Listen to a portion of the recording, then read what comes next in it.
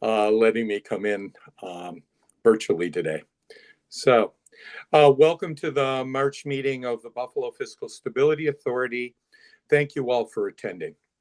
I would like to welcome Mayor Ryan's team, Deputy Swanenkamp, and Commissioner Brown to their first BFSA board meeting representing Mayor Ryan. Welcome, and we look forward to working with both of you. So thank you for coming today. Earlier today, the Audit, Finance, and Budget Committee and the met and authorized the posting of the BFSA's 2026-2027 preliminary budget and the related four-year financial plan in accordance with legal requirements. A copy of this document is under tab 1 in your board book. This preliminary budget and financial plan commences the public comment period. If any director has any comments at this time, we will record them now, or if not, you can submit any comments or questions you have to Director Robe. Are there any questions at this time? An updated version will be circulated by email as necessary. Approval of the final budget will be requested at the June board meeting. There is no board action required today on this item. All we're doing is posting this so that we can get comments. Let's begin today's meeting with Executive Director Robe taking the roll. Secretary Floss. Here. Director Sanfilippo. Here. Director Hoax is excused. Director Keenan. Here. Mayor Sean Ryan. Present. And County Executive Mark Fullenberg. Present.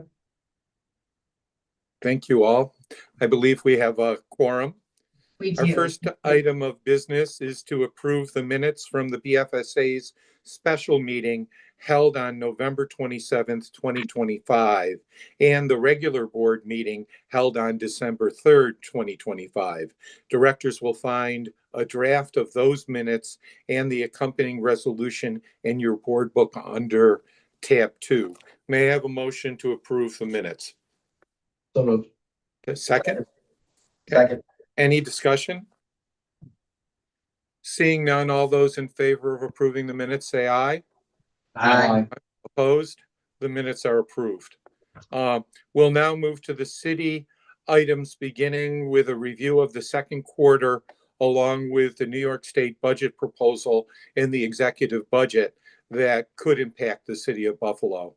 The BFSA staff report on quarter 2 is located under tab 4 in your board book. Bryce will take us through this. Bryce? Thank you. Good afternoon. We'll begin with the city's second quarter review. First slide we have here is comparing the adopted budget to the second quarter year-end projection. The adopted budget, as a reminder, was up $622.1 million for revenues and expenditures. At the end of the second quarter, there is a favorable variance of $17.5 million. So revenues are projected to increase to $639.6 million. There's an unfavorable variance for expenditures. The unfavorable variance is $47.6 million. So the expenditures have increased to $669.6 million, leading to a deficit of $30.1 million. Now, the city is utilizing $5.5 million of reserved fund balance for capital outlay. And this is specifically for the purchase of the land for the new public works campus. So that's why that's coming in there. So looking at current year deficit of $24.6 million. That one. So this slide here is just a summary of the revenues, transfers in, and the use of fund balance. Total revenues, as I mentioned earlier, are favorable by $17.5 million. There are unfavorable variances in 6 out of 8 of those revenue lines.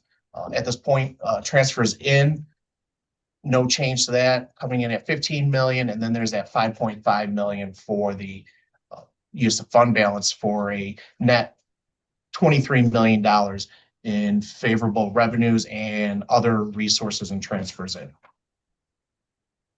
So the detail here, that 17.5 million predominantly is being driven, the favorable variance is being driven by intergovernmental revenue. Of that 24.7 million, the largest piece is the ARPA program funds at 20.1 million.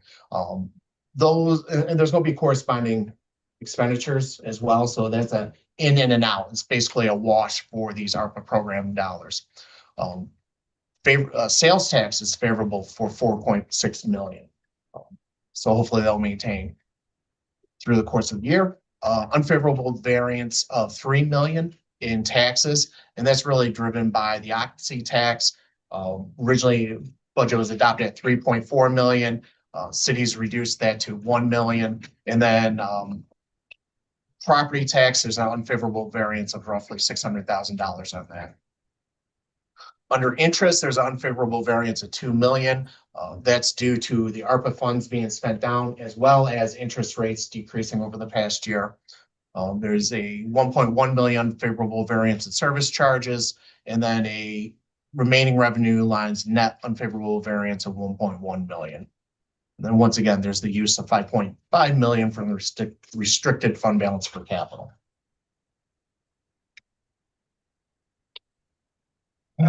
Next slide we have here is a summary at the departmental levels. The adopted budget was 285.9 million. Second quarter year-end projections 303.9 million, leading to unfavorable variance of 18.1 million. This is driven primarily by the police and fire departments, public works, and then the mayor and executive department. That variance there is where the property sale has occurred under real estate. So total unfavorable variance to the adopted budget of 47.6 million. 18.1 million of that is in the department expenditures. Almost 9 million unfavorable variance in the police department. 9 million of that's associated with overtime. There's 3.4 million unfavorable variance for duty disability payments. And these are offset by 4.4 million favorable variance in vacancy savings. The unfavorable variance in the fire department is 7.5 million, attributed primarily to the unfavorable variance of OT in the amount of 6.4 million, as well as the 4.5 million unfavorable variance for the duty disability payments. And these are offset by a favorable variance of 4.3 million for vacancy savings. We've already discussed mayor and executive department. The unfavorable variance is driven by the land purchase. Public works unfavorable variance of 700,000, and that's related to 1.2 million in prior year capital work and encumbrance that's being recognized and utilized in the current year. Then there's a 3.6 million net favorable variance in the remaining 11 city departments. General charges, total general charges are have an unfavorable variance of 9.4 million. When we combine that with the departmental variance, that's a total of 27.5 million. You'll see that the transfer is out at 20.1, so it's that net 47.6 million unfavorable variance compared to the adopted budget. Now, in general charges, there's that 9.4 million unfavorable is really driven by fringe benefits and personal services. Under fringe benefits, approximately 12.5 million unfavorable. Largest component of that is a 13.4 million unfavorable variance for police and fire retirement system pension payments. Almost 5 million unfavorable variance for active employee health insurance in the current year. Offset those unfavorable variances, 3.75 million favorable variance for the salary adjustment line, and then 1.1 million favorable variance for retiree health insurance. Under the other column, there is a 2.2 million favorable variance related to prior year judgments and claims. And then utilities are projected to be favorable by 1 million at year end. Previously mentioned, there's a 20.1 million unfavorable variance and transfers out. And that's all attributed to ARPA this year.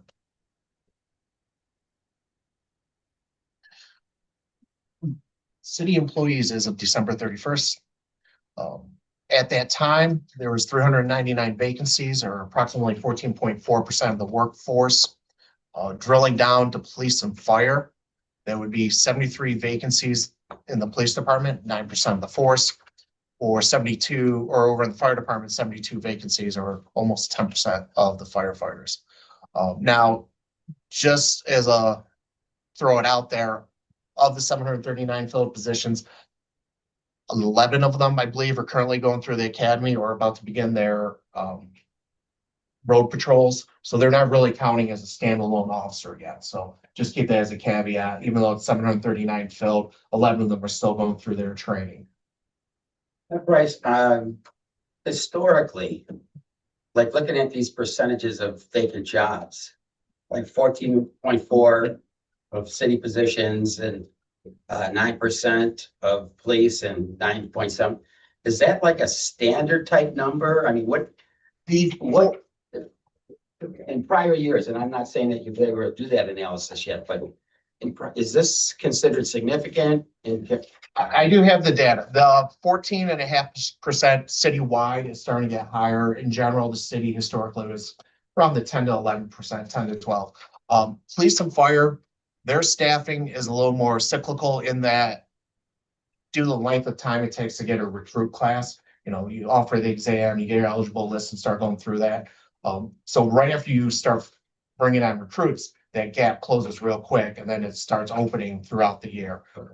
But I do have these on a quarterly basis, so I could go back and show you.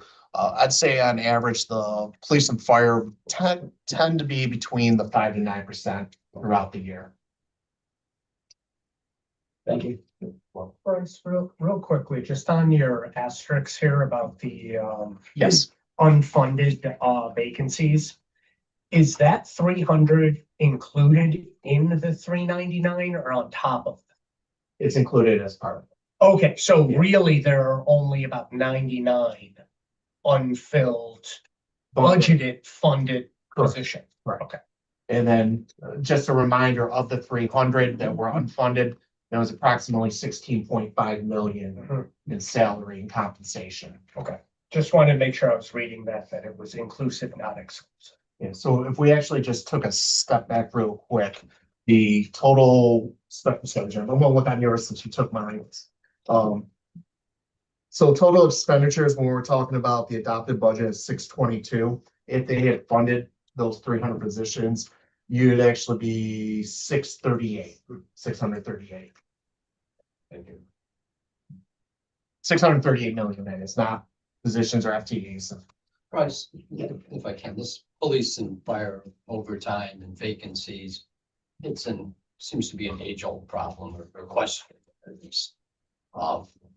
And understand you save money by having the vacancies, so you can use that money to pay for overtime. But these numbers appear that the overtime is more expensive than what you're saving from the vacancies. Has anyone ever done an analysis on filling a position that is having to pay for the pension and the health insurance for that position versus paying a filled position overtime? At what point? At break even. Yeah, do you break even? Is it better to add another person than to pay excessive overtime? Quick back of the envelope, I think that's maybe around 5%, that 5 to 6%. Now, I haven't sat down and looked at that closely to what vacancy rate is what I'm saying. Because the prior administrations in the contracts did work in some management rights that they were supposed to utilize trying to control some of this overtime. One of them being closure of a fire department, firehouse, if certain haulmans are exceeded. They were supposed to have the ability to move firefighters over to other firehouses to backfill. And for a while there, this process worked or was utilized, and then they stopped utilizing it. I believe the current administration is going to be picking up that management right as others to try and manage the workflow. So I'm not sure if I understand your answer. When you say 5 or 6%, and we're at 9% vacancies, does that mean we'd be better off filling vacancies than paying the overtime? From a few years ago, when I looked at that, that's where it was correct. That was that break even spot was about that 5 to 6% on the vacancies. But since then, I mean, we've seen with the pension costs, I mean, this past year has been a spike. You can see next year most likely increasing as well. Some of those other inputs will have to be looked at closer. Now, with fire and police, they're now tier 6, so it's a different benefit package. There's fewer and fewer officers that are still at tier 2, but it's still over about 50% in both departments. But there are no classes planned for the current fiscal year. So we're working on that. So when we came in, there was a very rough class plan. And then the convention center booked for February for a class, but there'd been no advertising. There'd been no planning for police or police. And no advertising. There'd been no recruitment methods for it. And what we've seen across the country is these days you need to do pretty heavy recruitment to get a good class, right? Certainly one that's, you know, representative of the city itself as a whole. So the mayor's directive to Deputy Mayor Russi is to try and do a joint advertisement, both fire and police, schedule both tests to be relatively close to each other, advertise them all jointly, then do a major push later this year to get 2 classes up and running. So that's Deputy Mayor Russi's work on that. This calendar year? This calendar year. And I've also been pushing and encouraging the city to get away from using, they were paying a fortune to this outside company to use a private, it's weird one of private test, when there is a perfectly good state test that Director Hoax is very familiar with, right, for state and fire, because he administers them for New York State. So we can actually save money just by using the standard state test too. So I've been pushing HR in that direction as well. Tom, we've met with Common Council, I think, on a number of times. I think, Andy, you were there one time where we actually had the discussion over them looking at the optimal amount of overtime versus hiring, and suggested to them that they needed to do their own analysis along with what we were doing and talking to them about it. So we have brought it up now for a number of years, talking about what's the optimal amount of vacancies versus overtime going forward, and looking at all of this. And yeah. Police overtime has gone down dramatically over the past few pay periods since Commissioner Macy came in. Fire overtime has been trending below 24, 25 for the entire year.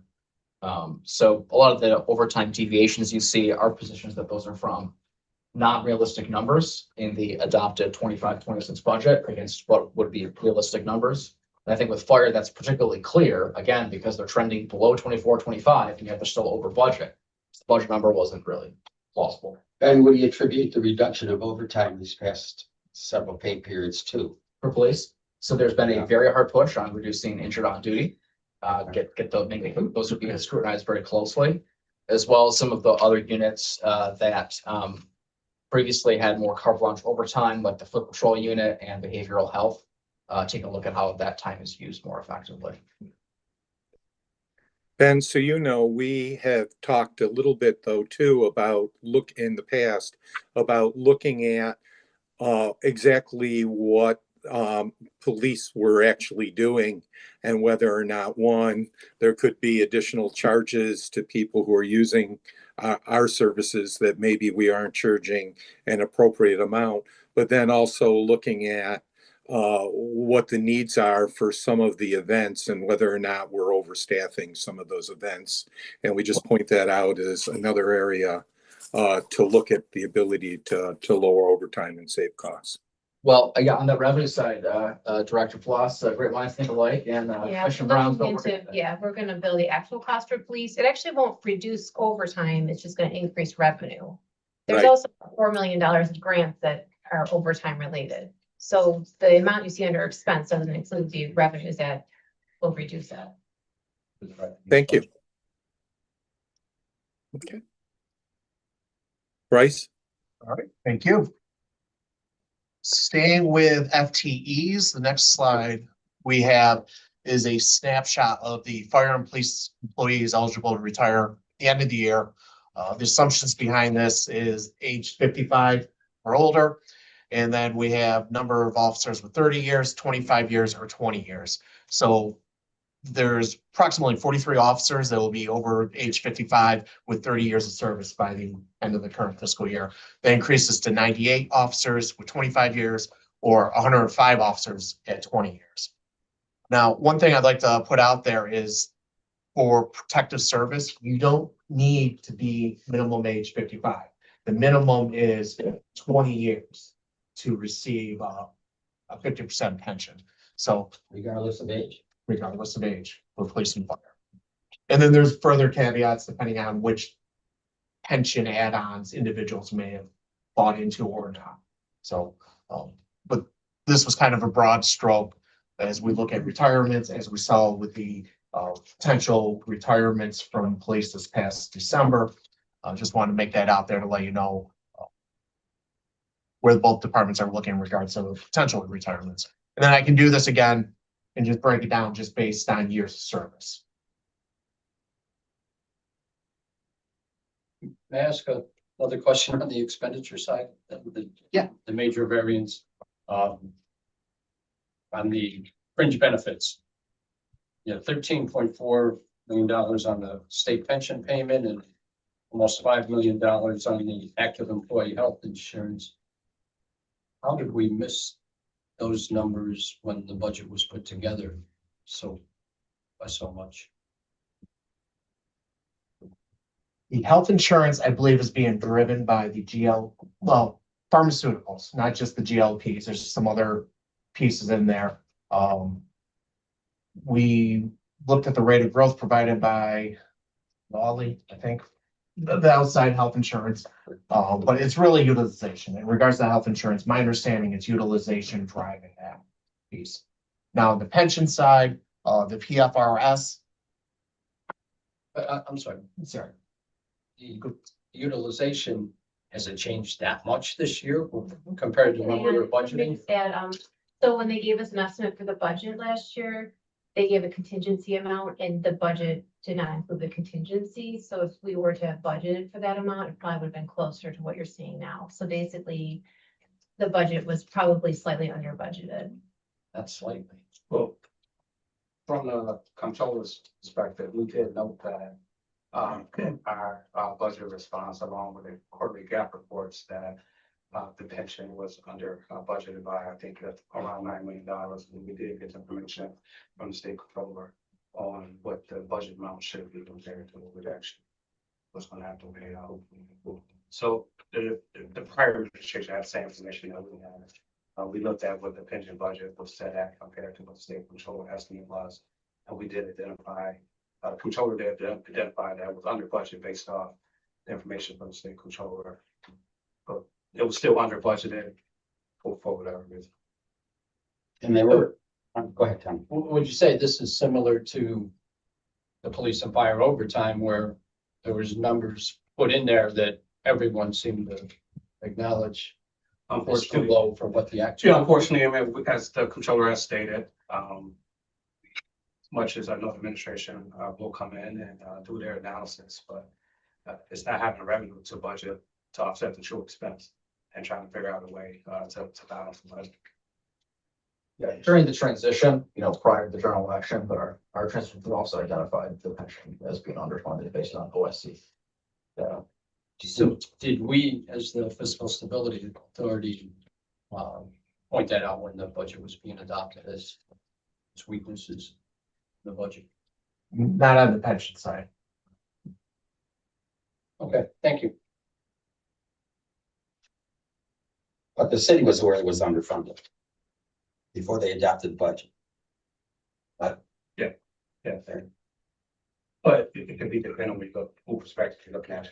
Are we going with the analysis that the previous administration did on what they expect the pension costs to come in, or are you looking at what the state controller is estimating this terms as the expense to be?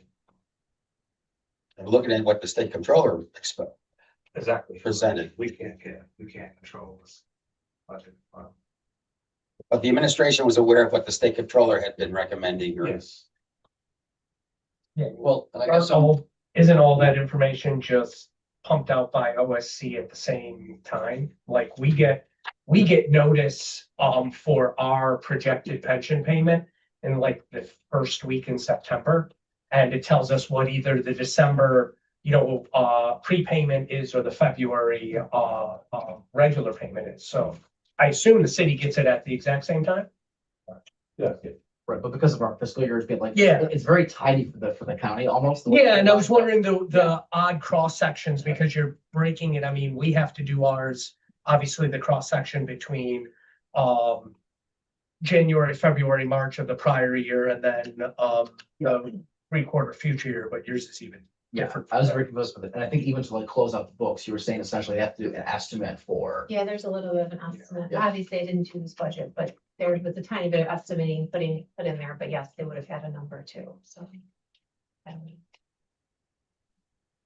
guess I'm just as concerned about Okay. us missing it as the city. I mean, if the city at the time was saying this is way under budgeted, then it doesn't act under our purview of pointing it out and making it obvious and it was wrong. And I don't know if we had enough information at the time to do that. I made the request for the projected estimates at the time.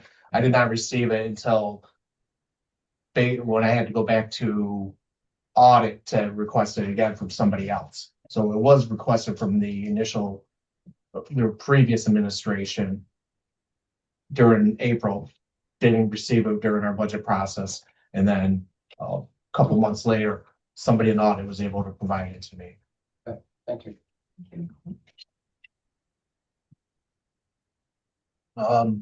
Next schedule is just a summary of some revenues that still may be a bit overstated compared to what was in the second quarter gap. Biggest one there is the tribal state compact. Still no answer or direction if the state gambling association is going to forward the money to the city or not, but that's $11 million. And as a reminder, they did receive the full not the full. They received 10.5 million out of the 11 last year on that. There's nothing interjected. In advance payment from the state. Correct, Yes. last year. Yeah, so I got a bit of update from our Albany lobbyists. They did get a hold of the commission and they seem to indicate like, we can't say anything official, but you'll probably get it in May or June. It seems to be their cadence.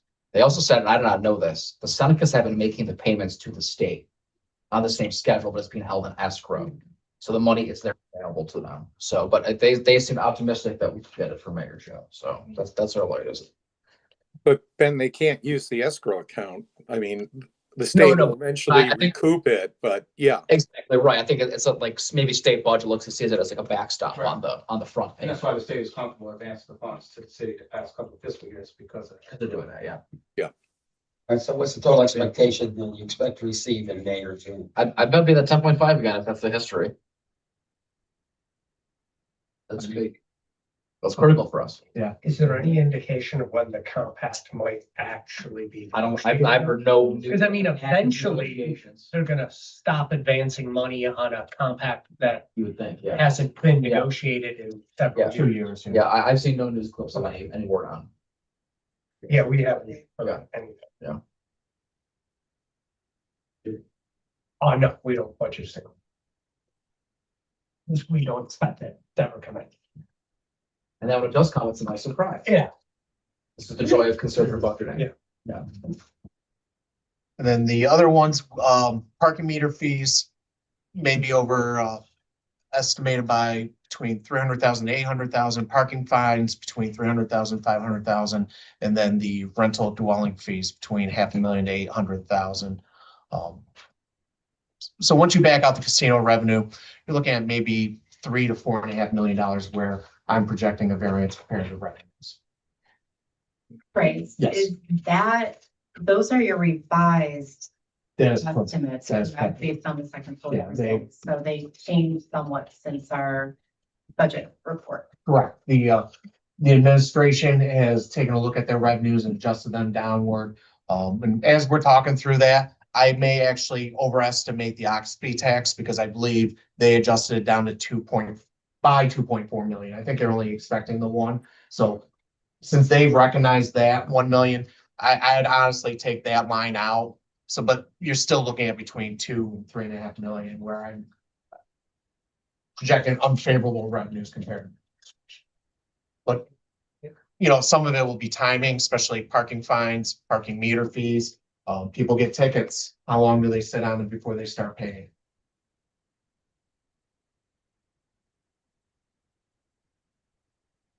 So I just had a couple wrap-up comments on the second quarter analysis. So we're looking at the city administration is projecting a year-end deficit of 30.1 million. Now that includes the use of restricted fund balance of 5.5 million. So really, when we look at it, we're looking at that $24 million amount for the operating deficit. BFSA is projecting a larger deficit, as Bryce just mentioned, between 33.1 and 34.5 million, but you got back 5.5 million out of that one, again, because of the restricted fund balance. This does reflect, I'm just emphasizing it again, it does reflect the casino money of 11 million as budgeted, so there might be a $500,000 variance there, maybe. And the revenue of 26.5 million for the sale of parking ramps. Those two transactions, if they don't occur, we're having another conversation on how to close the gap. If at all possible, where does the enhanced aim that the city is going to be getting, where does that fit in? Is that going to be related to this current fiscal year, or is that going to be related to next year? Because the timing seems very tight. You're referring to the temporary? Yeah, $5 the million. additional $40 million. Well, that's two different pieces there. I do have a section of that on when I review the executive budget piece. Okay. It's in there. Okay. Slides on that. So moving on, any negative outcome not included in these projections is just furthermore complicates the year-end operations, as we've said this numerous times, but there's no available fund balance to help the city with any variances from their budget. The Emergency Stabilization Fund, which is commonly referred to as the Rainy Day Fund, it sits at 42.3 million, and it was deficient by 6.9 million at the end of the fiscal year. 2025 requires replenishment. Based on the year-end projections, the city will exceed its legal authorized budget. So we are recommending that not so much recommending, but noting that a budget modification will be required before the end of the year. In fact, the city charter indicates you can't modify the budget after the budget has been approved. So it would have to be done before the 27 budget is approved. Now it gets a little bit more complicated because last year there's 13.6 million in general fund encumbrances that didn't have fund balance set aside for that. So furthermore, we're indicating that a thorough review of the 13.6 million in general fund encumbrances should be conducted to reasonably estimate how much of that will affect 2026 and thereafter. And then looking forward, I'm just kind of thinking, I'm projecting what's going to happen when I'm looking at the June 30th, 2026 financials. Should you report encumbrances when there is not the budget for it? And I think that's probably a conversation that needs to happen between the administration, the comptroller's office, our office. But it seems, I've struggled with the fact that you look at one schedule in the financial statements and you see that there's over 16 million of encumbrances, but there's no ability to pay. You're pulling that out of the current year budget on top of your other items that you budgeted for the current year. And it's been a catch up because this is the first year the fund balance wasn't available for encumbrances. So it was a catch up this year. And just to speak to that, I know my office have talked to administration in regards to the encumbrances, and like you said, this is unique where we haven't had fund balance to cover prior year encumbrances, but something that do occur every year. We do carry over encumbrances into the upcoming fiscal year, so whatever encumbrances we have for fiscal. We won't true up the full expenditure that's that was budgeted for fiscal year 26. We will carry over encumbrances from 26 to 27. So the idea from our office is more, can you not have enough to cover 13.6, but you're not going to truly use all of the encumbrances fiscal year that's generated in fiscal year 26. It's not the best way, but from our perspective, hopefully the two kind of offset each other, but we will have to talk about what's best practices to do this going forward. I think the important thing here is to understand sort of the context of those encumbrances.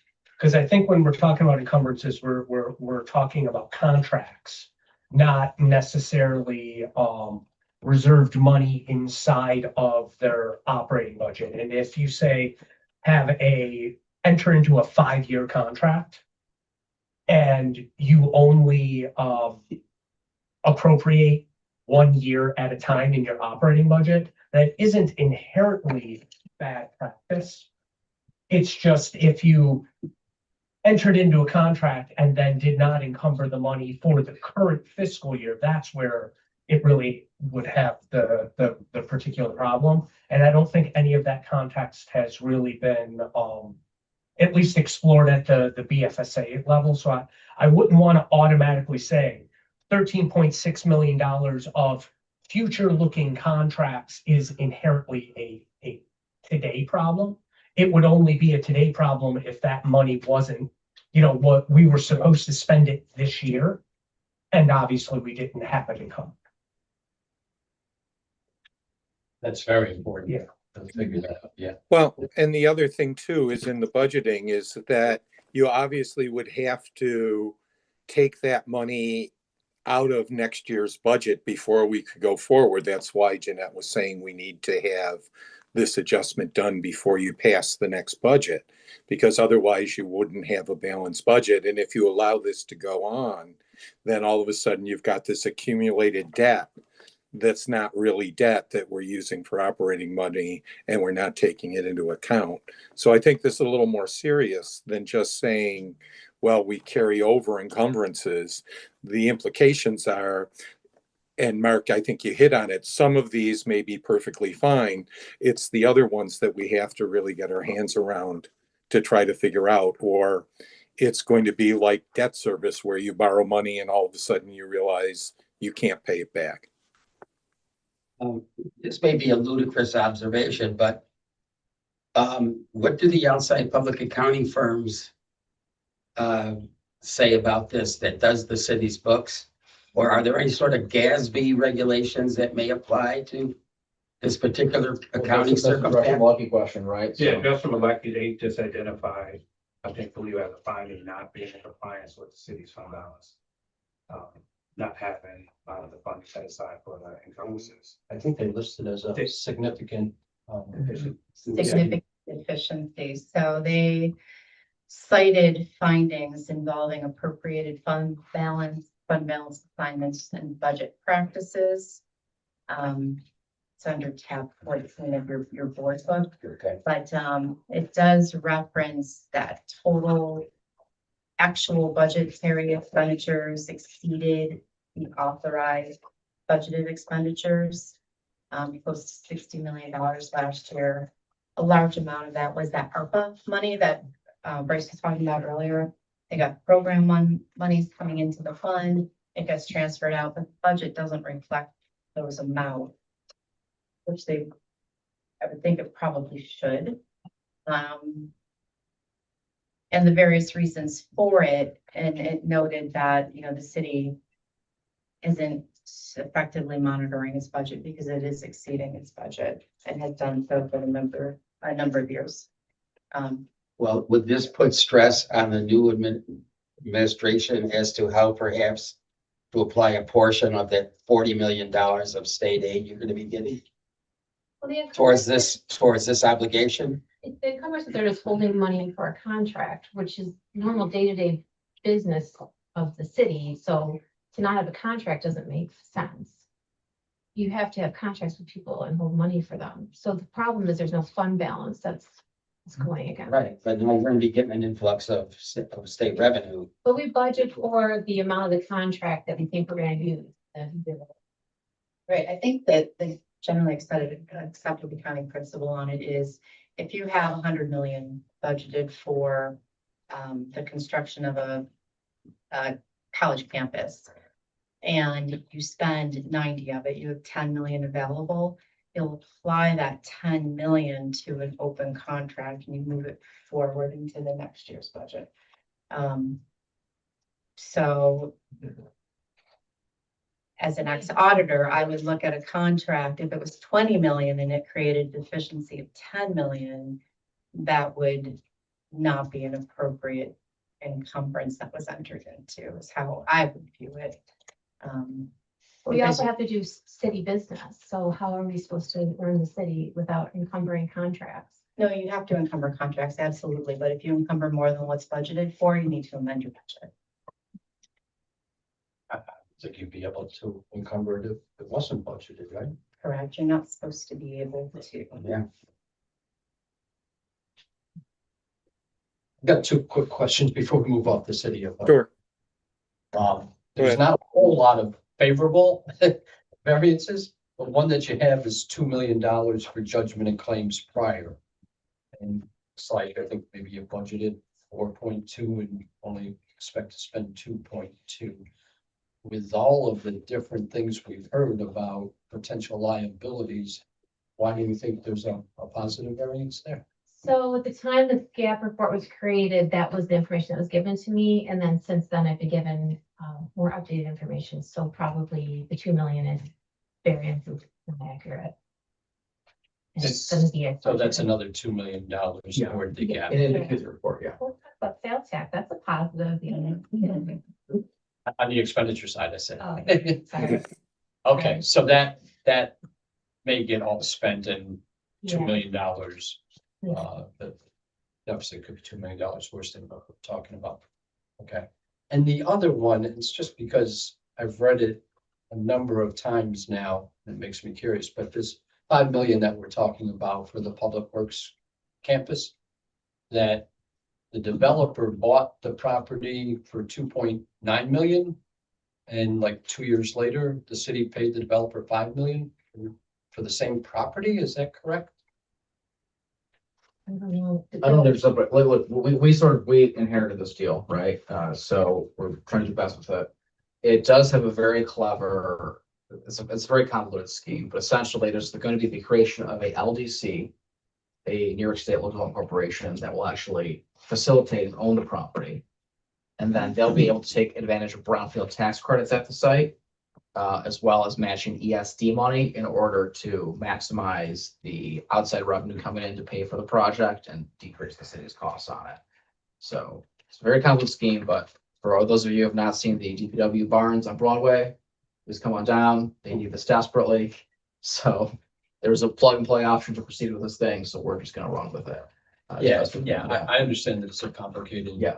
Procedure. It's just in my simple mind, I keep No, reading. the developer may be including an additional cost that for various legal work, other things that have to be done to make the sale, like ready for the next phases and things like that, or a credit towards project management, stuff like that. That can be there. I don't know what all the specifics of the structure, Okay, but thank you. just at the broad strokes, we're trying to proceed with the plan, so. And if we do get the reimbursement from ESD by the end of the fiscal year, then that will not be, the BFSA will not consider it part of the deficit, correct? That's correct. Yeah. Which we do plan to get. And that was to go back to that first, that 5 million. We know the state had initially awarded the city $10 million for the new DPW campus. And administration did ask prior to the fiscal year 25 to be able to take 5 million out of the capital outlay. And then once all the paperwork, everything go through this, the state would reimburse the city the $5 million. And one more thing is that the comptroller is filing her second quarter gap response this week, Thursday. That stated initially, the administration did state that was the savings of $2 million in judgment and claims. We did identify that it's still a settlement. The Molly's Club settlement still needed to go through. Then the administration did do a reconciliation on revenue for reimbursement, and I think it's additional 3 million, 3.5 million come back to the administration where they did identify those savings in prior work that was done, where we had help. Now we're going to reverse that out. So you see additional revenue coming in probably around 3 to 3.5 million. Then that expense for the judgment and claims, probably another 3 million that will have to be expense in that fiscal year 26. So they kind of wash. You might have a little additional 500,000 to $1 million between the two entities, and we did note that in our gap response. Bryce, do you want to continue? I'm all set. I guess there's one quick question. Understanding that the emergency stabilization fund is required to have a replenishment, isn't there a plan that's supposed to be developed by some specific parameter? Like 60 days, 90 days after it is identified, there is the city supposed to like develop a plan for replenishment, or is it just an acknowledgement that it needs to be replenished? Yeah, there are phases, so technically it's supposed to be 4.5 million roughly in fiscal year 27 and 2.3 in fiscal year 28. Okay. Has to be replenished within 2 years to meet the Gotcha. meet the Okay. standard. So I guess the question is, you're going to be adding that to this already large deficit that we have. I mean, it seems to me, we've talked about gap plans, but the sooner we start to try to adjust the city budget to the new realities that we have, the better we would be moving forward. Are there any considerations for that? So, I mean, all right, long and short of it, for the, we're already on that. Do you want to go to the state money first? Because we think so much what's going to hit in the current fiscal year, and I can kind of Sure. talk about thoughts on that. Yeah. Okay, that's fine. Okay. Yeah, we can do that. Bryce, do you have anything more before we move on to the police contract? No, Yeah, why don't you walk through? okay, yep, we're gonna do the executive budget first, and then we'll go to Okay. the contract after that, so. All Ben right. can add to that. So right here is a slide, current state fiscal year end 2026 compared to the state fiscal year 2027. This information is from the executive budget and 30-day amendments. So that first line you see is the AIM, aid and assistance to municipalities. That is held flat at $161.3 million. The temporary AIM, which this is the second year, in fiscal year 2027 will be the third year, is actually increasing by 10 million. So that's going up to 15. And then a new set of funds, pot of funds that they're providing, or is in the one House bill, is the miscellaneous financial assistance. And that was budgeted at $30 million. So year to year, that's an increase of $40 million in those two additional pieces of assistance. So our basic discussions with the state so far have been that the $30 million lump sum will hit in our 25-26 fiscal year.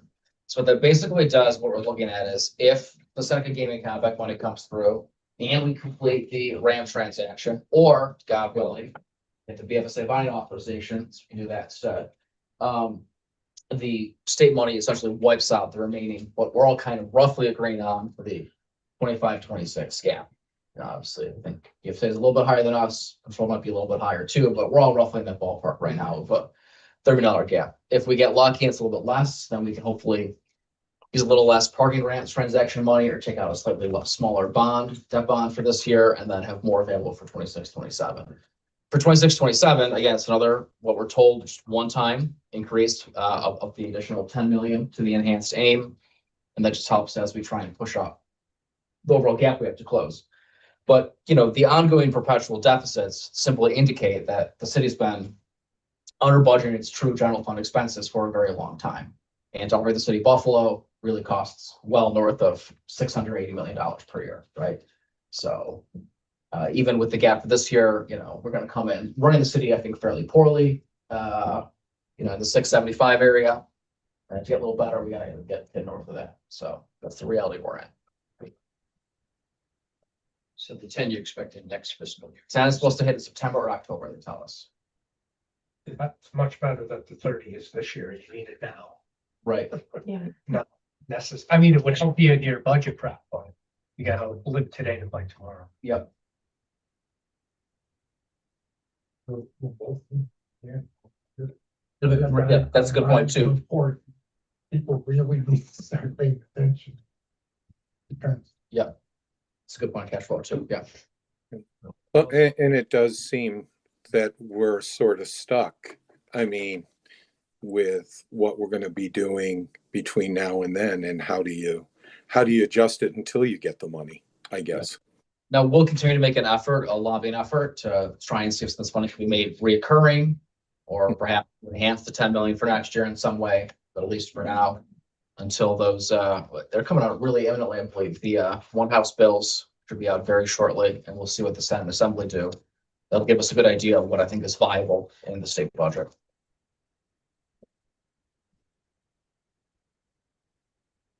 Other questions? Bryce, do you have anything else? Yeah, Bryce has a couple I'll- more slides. Just a few slides on the executive budget that Mhm. I'll touch upon quickly. First one here, just the aim and then the temporary aim. Big thing here is just taking a look at how long aim's been held flat, 161.3 million. If you had adjusted that for inflation, I believe the amount that was received in 2011-12 of 161.3 million would be approximately 228 million if you adjusted for inflation over the last 13 years. So as cities' expenditures have increased over the years, pension, health insurance, all those costs have come up. AIM's been held flat. Now, all the cities, towns, villages that receive AIM across New York State have been flat about at that rate as well. Tribal State Compact, we've discussed, has been indicated, possibly May or June.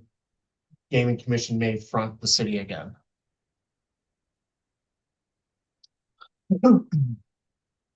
State aim, temporary assistance. Now that's going up to 15 million in year 3. You know, originally this was only 2 years of 5 million each year. Now we're going to year 3.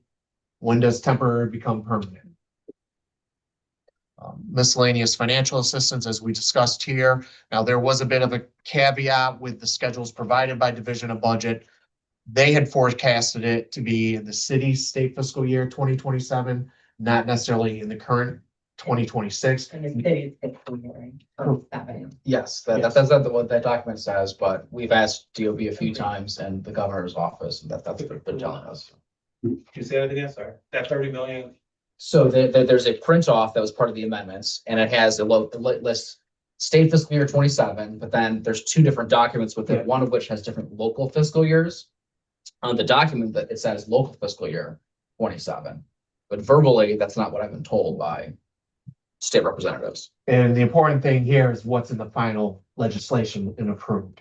Because the schedule before that was in regards to New York City, and they were receiving their similar MFA in city fiscal year 2026. And then Buffalo on the next page, they had as local fiscal year 2027. Now, the only thing they do have to submit a plan to the budget director and BFSA by December 31st, 2026. So they have that timing. You know, it's just a concerning timing on the front end. That the language is in there that they can still draw it down before June 30th. And, you know, it's been a while, but if the budget doesn't get passed until July, that'd be a whole other issue. State budget, that is. So that's a whole other beast. I know it hasn't happened in several years, but New York State used to lead the nation in late budgets, so. That's a fair point. I think the plan requires an attestation that we won't reduce public safety. If I recall correctly. Yeah, so it was, Yeah. very straightforward. So. It's the MFA. There are some initiatives in there for Buffalo. They work with their grants folks to try and draw some of this down. There's the SNUG. No, I'm sorry. That's Give. But it's money to help counter gun crimes. There's more funds out there for law enforcement technology. So that's the body worn cameras, license plate readers, vehicle equipment cameras. putting more money into a centralized training academy. Going back to what Ben had said, potentially piggybacking off some of the resources the state's putting out there. Well, which the city has done recently in regards to the firefighters. They were sending them to a firefighting academy, and I'm blanking on the town's name, but it was run by the state. So they were able to get more recruits in and manage their costs that way. Executive proposal includes continued investments for transportation funding, CHIPS, transit operating aid, the Pave New York program, and state touring routes of aid and advertising. Again, the states included programs for efficiency grants, municipal restructuring programs, shared services, and consolidations. So really, that was a quick overview of the executive budget beyond what was really discussed on the temporary aid and the MFA dollars. Ben, do you want to add anything? I know you were saying you might want to say something before. Oh, no, it was just my overall spiel on the essentially 25-26, what to close it using this state resource. Was looking at some combination of making sure we hit our current gap stays steady. Instead of a gaming compact money, RAM transaction, or bonding authority plus the state money. Like that's how we get out of this hole. So. Okay. Any additional questions? Seeing none, why don't we move on? Our next item of city business is to review the memorandum of agreement entered between the city and the Police Benevolent Association on December 24th, 2025. The report on this item is located under tab 4 in your board book. And Bryce, you're up again. All right, thank you. So as Director Floss noted, PBA and the administration had agreed to these terms on December 24th, 2025. There is no material financial impact over the course of the 2026-2029 financial plan. The MOA impacts approximately 740 active officers as of December 31st. It's almost, some of these provisions were a hold harmless provision for those officers that are already on duty. So they weren't worried about having their health insurance benefits modified in the short term. And then all provisions of the MOA are effective post December 24, 2025. The MOA impacts both operational and technical aspects of policing, as well as employee and dependent benefits. So it does maintain contribution amounts and length of contributions from current employees and those hired from unexpired eligibility list as of 12/24/25. Those lists are no longer valid come January. The last of the recruits they could canvas from there had been brought in. I think there was 5. So now City of Buffalo has no active eligible list for the police service. So they're going to need to get the exam out there and start the process again. Extension of the health insurance benefits for surviving spouse dependents, and then the policies and procedures for body worn cameras, utilization of tasers, and car cameras. So this chart here breaks down the contribution periods. So the chart on the top are those hired pre-January 16, 2024. They have a 4-year contribution requirement. So there were 682 employees, active employees hired before that date. 637 of them are not contributing. That leaves 45 contributing, and you can see, one of those dates have already expired. The other one's going to be this summer, where they no longer have to contribute for those 4 years. Is that based on your retirement tier? No. It's based on when they were hired by the city. Oh, okay. So those 682 individuals were all hired before January 16, 2024. And then you come down, these are the employees hired after January 16, 2024. They now have a 10-year contribution window. So you have 27 that contribute out to January of 2034, 19 until July of 2034, and then the 11 till July of 2035. And then the 5 that came on this January, they would go out till 2026, I mean, 2036, January of 2036. So that'd be their 10 years of contributions. Any new employees hired from future eligibility lists would fall into that 10-year contribution unless the administration negotiates a new deal where there's a new contribution tier of some sort.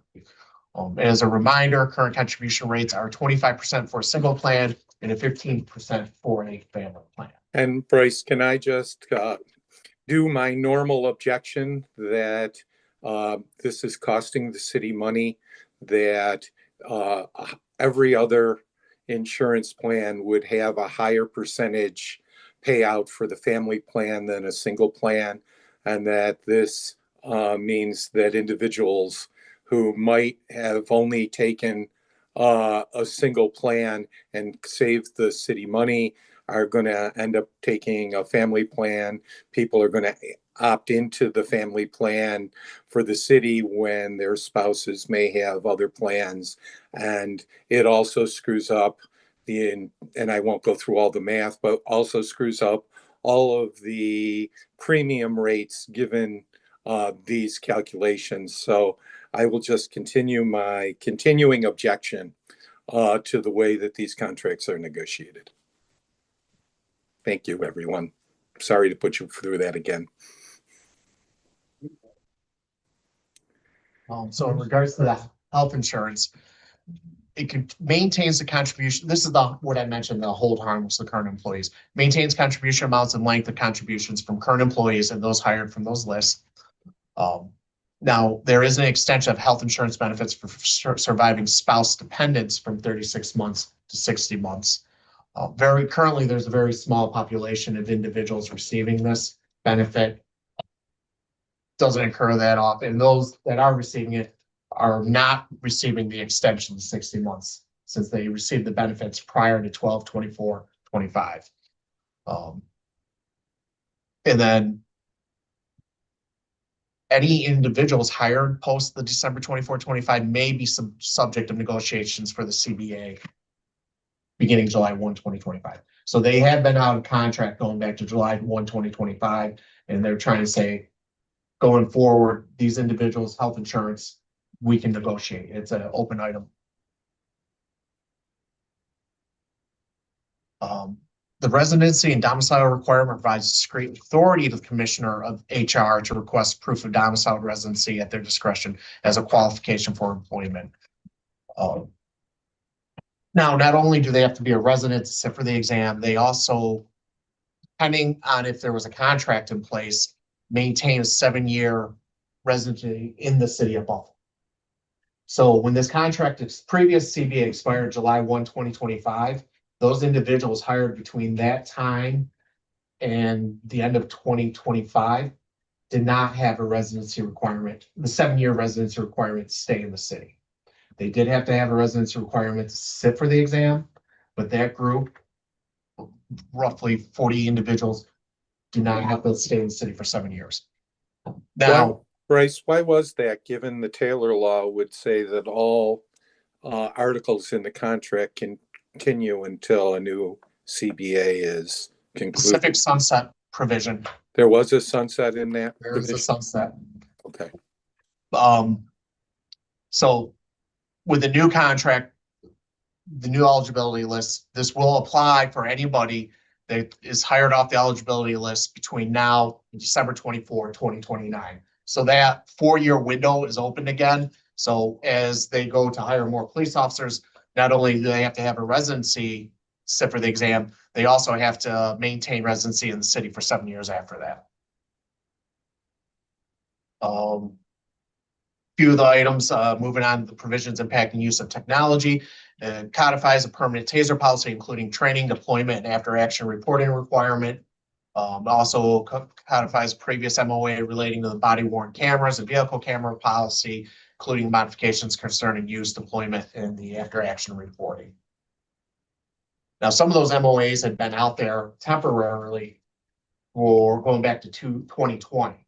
So the administration wanted to get them permanent, make sure both parties, the officers as well as the administration, knew what the rights and responsibilities were. Other provisions, there was modifications to the special weapons and tactics team, the SWAT team, So it restricts the police officer titles eligible to serve on SWAT, caps out the number of lieutenants and captains eligible to serve on SWAT. And then there is a time and location of duty station for the SWAT commander. More of this is more best practice for them.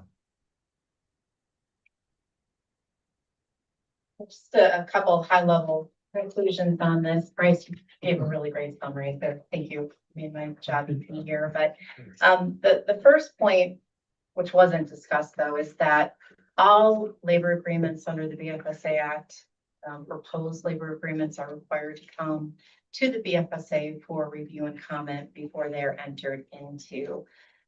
The review allows for the BFSA board to comment on the terms of the agreement and for those comments to be taken into consideration before the contract's entered into. Labor contracts, did you have a question? Yeah, I had a question. Based on the BFSA Act section 3859, it says to assess the impact of any collective bargaining agreements entered into by the city and such contracts. I was just curious, MOAs aren't specifically mentioned in the act, are they? Because it says here, in the judgment of the authority. Okay, so we're making a judgment that MOAs and so forth are all part of this BFSA review.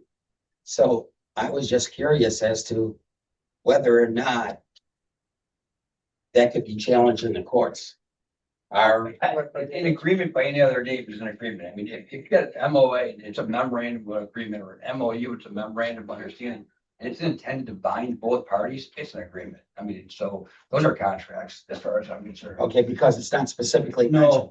No, but I mean. But it says in the judgment of the authority. I was just wondering whether or not, in the event that someone would try to negate or nullify this MOA, that there could be a legal action. Well, there's one more step. Okay, And even though in an advisory period that we're in right now, we're required to review and assess those contracts. Mhm. It doesn't say that we have the right to do anything further than that. We can't negate a contract. We can't unwind a contract. all right, so in other words, An advisory period, just review. what was agreed upon on December 24th, 2025 can't be nullified in any way. Correct. Okay. Not by us, at least. At least not by us. Right.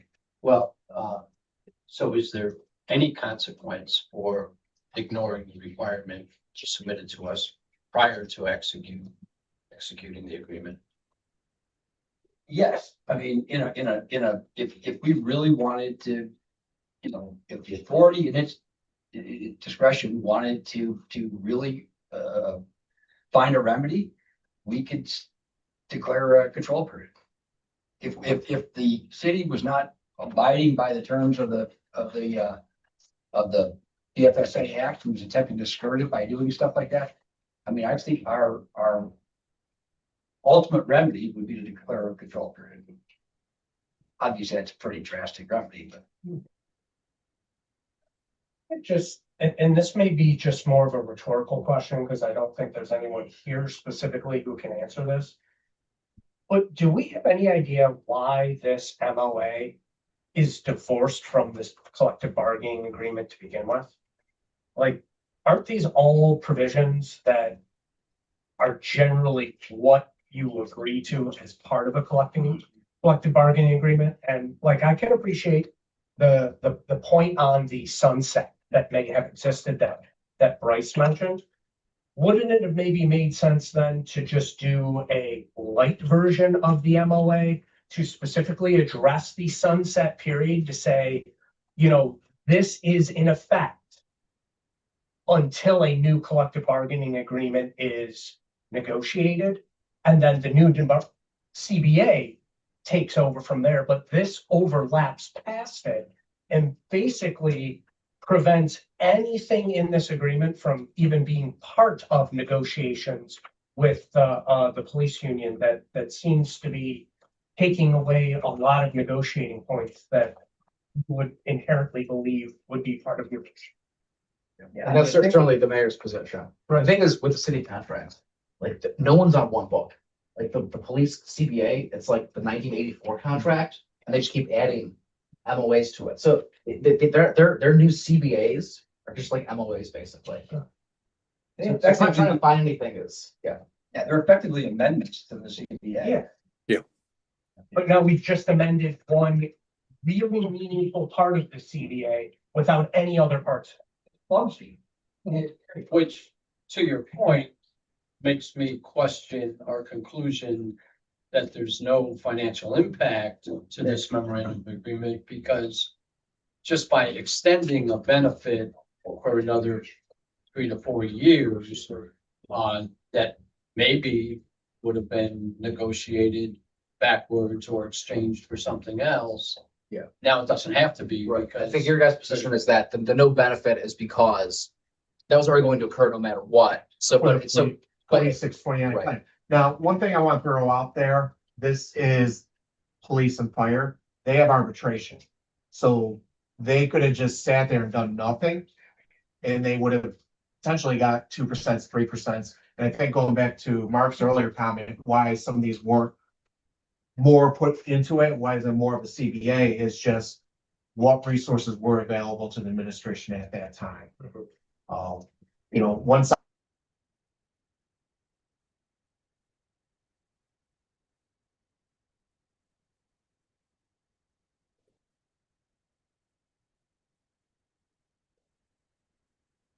Folks, if you can hear me, you've frozen on the video.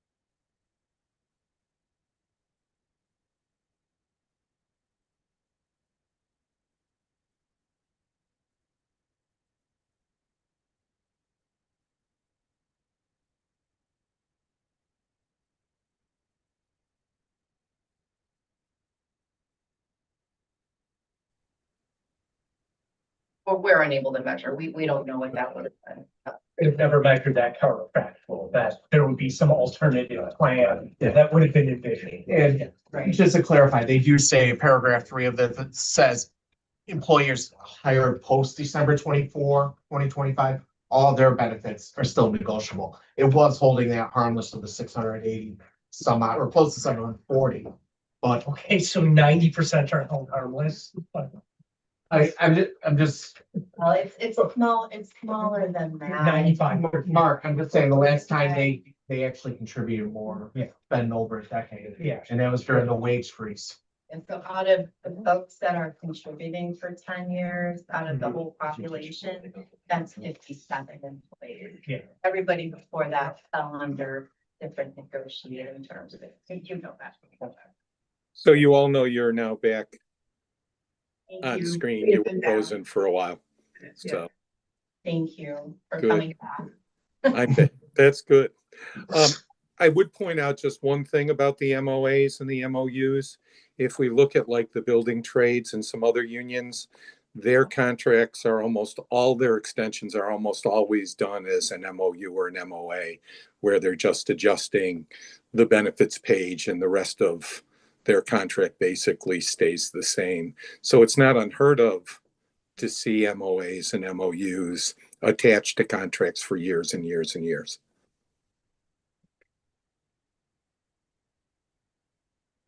The rest of our final comments, Bryce already talked about the 7-year residency requirement being reinstated.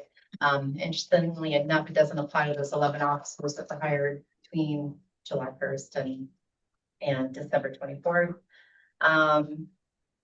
It is recommended the administration look to augment the current police force. Deputy Mayor Swanekamp spoke quite a bit on the plans to augment the police force, so I think that's, and talked about looking at the state police exam, so we're in agreement with those changes. And we also commented on the collective bargaining agreement needing to be updated. We've been making that comment for a number of years, so we're just reiterating that. It's old, it's got layers and layers, and I don't know if anybody really understands what's in that agreement because there's so many layers to it. Thank you. Ben, can I ask you a question? Who, me? No, Ben. Fire away, Fred. One of the things that I think might be helpful is, given the number of contracts and us looking at health benefits, of whether or not there would be a way of negotiating the health benefits among all the different groups at the same time, and Yep. therefore being able to adjust these, much like the state does. So while we have different contracts, we all negotiate health benefits the same because we're essentially in the same, health insurance pool. Yep, no, we're totally on the same page there, that while it's an enormous challenge to have nearly every CBA up simultaneously, it also presents a very unique, maybe perhaps once in a generation opportunity as well to align healthcare. But I think it could even easily help you, like, negotiate with the county and whether or not you might be able to enter it with the consortium to lower rates, or maybe even talk with the state to see whether or not civil service would do something, although I think it's a big lift, but maybe the state would put you into the state health insurance and therefore increase the protected lives dramatically, I think. It'd be a huge pull, yeah, but even LMHF's policy is, if the municipality is gonna enter in, they want all the bargaining units, but perhaps with Buffalo being large, if we brought in, the 6th largest or something like that, that'd be amenable. Thanks. Okay. Are there any other questions for Bryce or Jeanette? Seeing none, our final budget for the city item is the status of the ARPA programs and the spend down of the funds with Commissioner Brown. As a reminder, the U.S. Department of Treasury requires all funds be committed, that are committed, be dispersed by December 31st, 2026. Commissioner Brown, Jessica, could you give us your update? Yeah. Thank you. There should be a printout that I sent you that. So the printed document shows you the amounts obligated with Treasury December 31st, 2024. That was an important report because they had to be obligated by that date. So that's really like the keystone report we have to use for the remaining reports. And then you'll see the amount spent as of December 31st, 2025. This should be the next column, and the amount remaining. And then I updated it through January 2026. I will note for that there was some amounts that were not reported priorly. I don't think that's a word, but what I'm saying. Obviously, that are getting added in, most significantly the city tax arrear programs of 2 million and the roll of 4.3. Those were fully expended in prior reports or prior periods that were never shown in the reports. Based on our research with my team, it appears it's better to just fix the upcoming report than to amend prior reports. So we're planning to do that for March of 2026. And so as of January 31st, 2026, there's 6.19% remaining to be spent. So there's a few issues. One of the issues that I'm talking to Bryce about is it doesn't exactly match the council plan. So I will have to at some point go back and fix it with council. But since the treasury report is a binding number, we're going with that for how to spend it down. And we're still doing some internal tie-in of the obligated amount, but that fixing the report, look, this is all going to happen after the budget is due April 15th, fixing the treasury report. And then programmatically, we met with all the program managers, including DPW, to see where the programs are, and we're investigating possible reallocations. But for the most part, the programs are on track to be spent by September 30th of 2026, so that we have a little bit of extra time. Any questions? Commissioner Brown, do you still have any outstanding community groups? And have you figured out a way to help them so that they would be able to spend down this money and then report appropriately? We know that was something we noted in our last report when we asked for an update. So we have been working with all the program managers to see where they are finding some kind of issues and seeing, so it's kind of restrictive on the reallocation rules, really restrictive. It has to be for the same scope.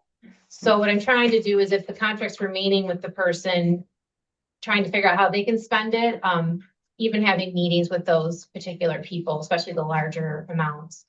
And then if they are not able to spend the funds, we can reallocate it with the same scope. So we're looking into that also. But yes, I have been talking to all the project managers about that.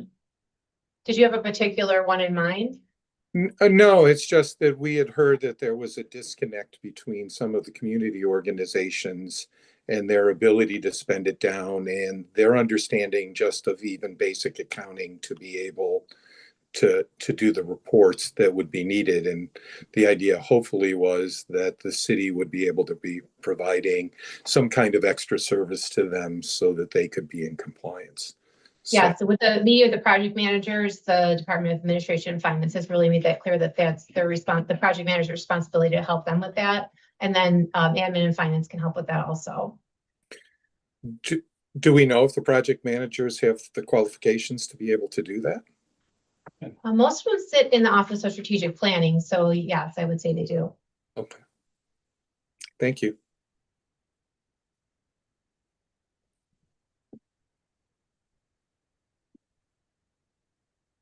Are there other questions? The real window to lock in the changes was prior to the obligation report on the 24th, right? So before that, that's when the city should have made its broad adjustments.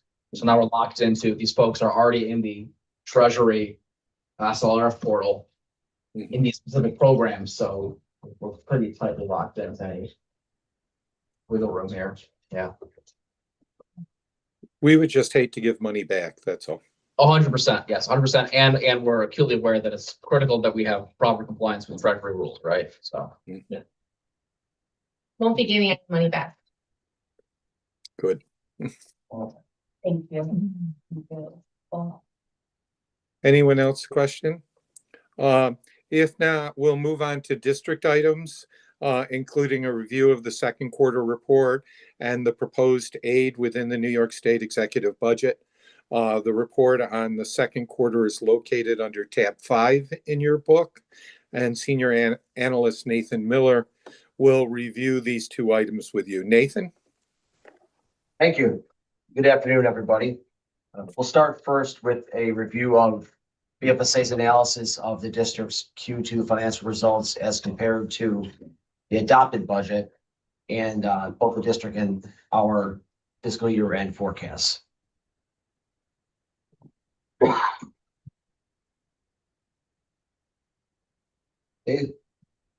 Firstly, our key findings. The district will conclude the current fiscal year with its second consecutive annual deficit.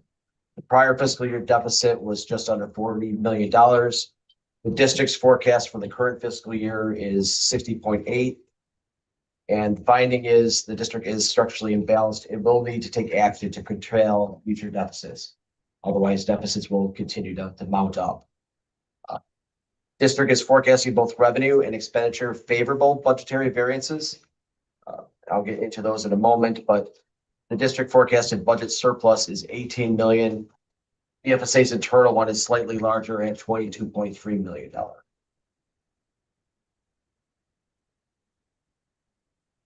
This is a familiar slide. It's historical and projected enrollment.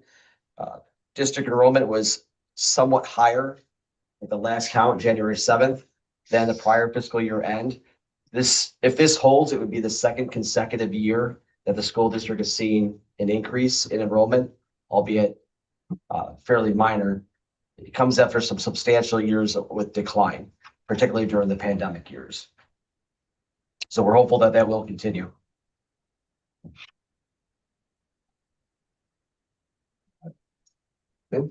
Another key finding, there's been a significant amount of capital-related financing activity over the last 6 months.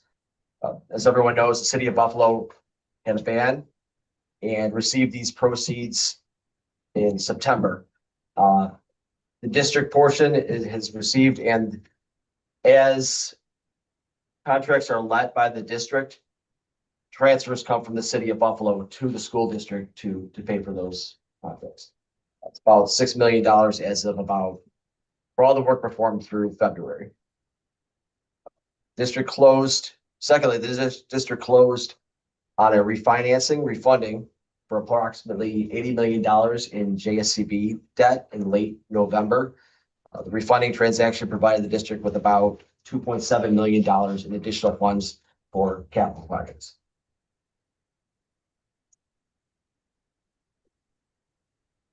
So taking a look at the revenues and expenditures, district forecast is for revenues is favorable by $13 million. And this is solely by New York State aid. Jim touched upon this at our meeting when we reviewed the financial plan. District was able to locate English language learners that were eligible for higher aid through New York State, and had initially forecasted a very conservative $6 million additional, which was fantastic. But the current forecast is $12 million the current year. We have all the supporting documentation. BFSA reviewed all that. It seems very reasonable, and that's a good forecast. Additionally, BFSA goes a little bit beyond the district's forecast for New York State, or rather for Erie County sales tax receipts. We believe it could be about $4.3 million greater than what was initially budgeted. So that's the variance that we have over what the district has.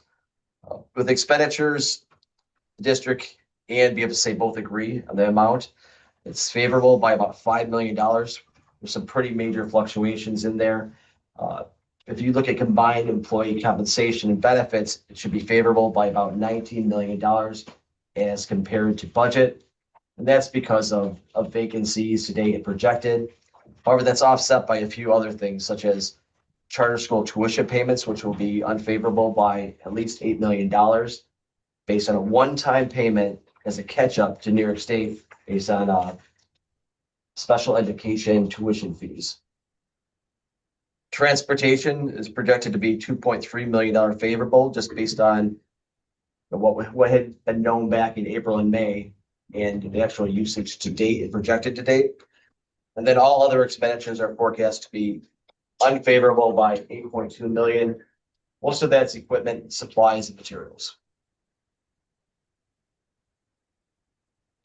Quick look at both all funds and general fund staffing. The left column shows what the district budgeted for all full-time employees, and then what the variances were at the end of the second quarter. It's about a 3.9% vacancy rate, or 200 full-time equivalent positions. Just about half of those were teachers. And then the far right, just as a reminder of the contract status for all of those employee groups. We've got significant contracts expiring at the end of the current year, including teachers.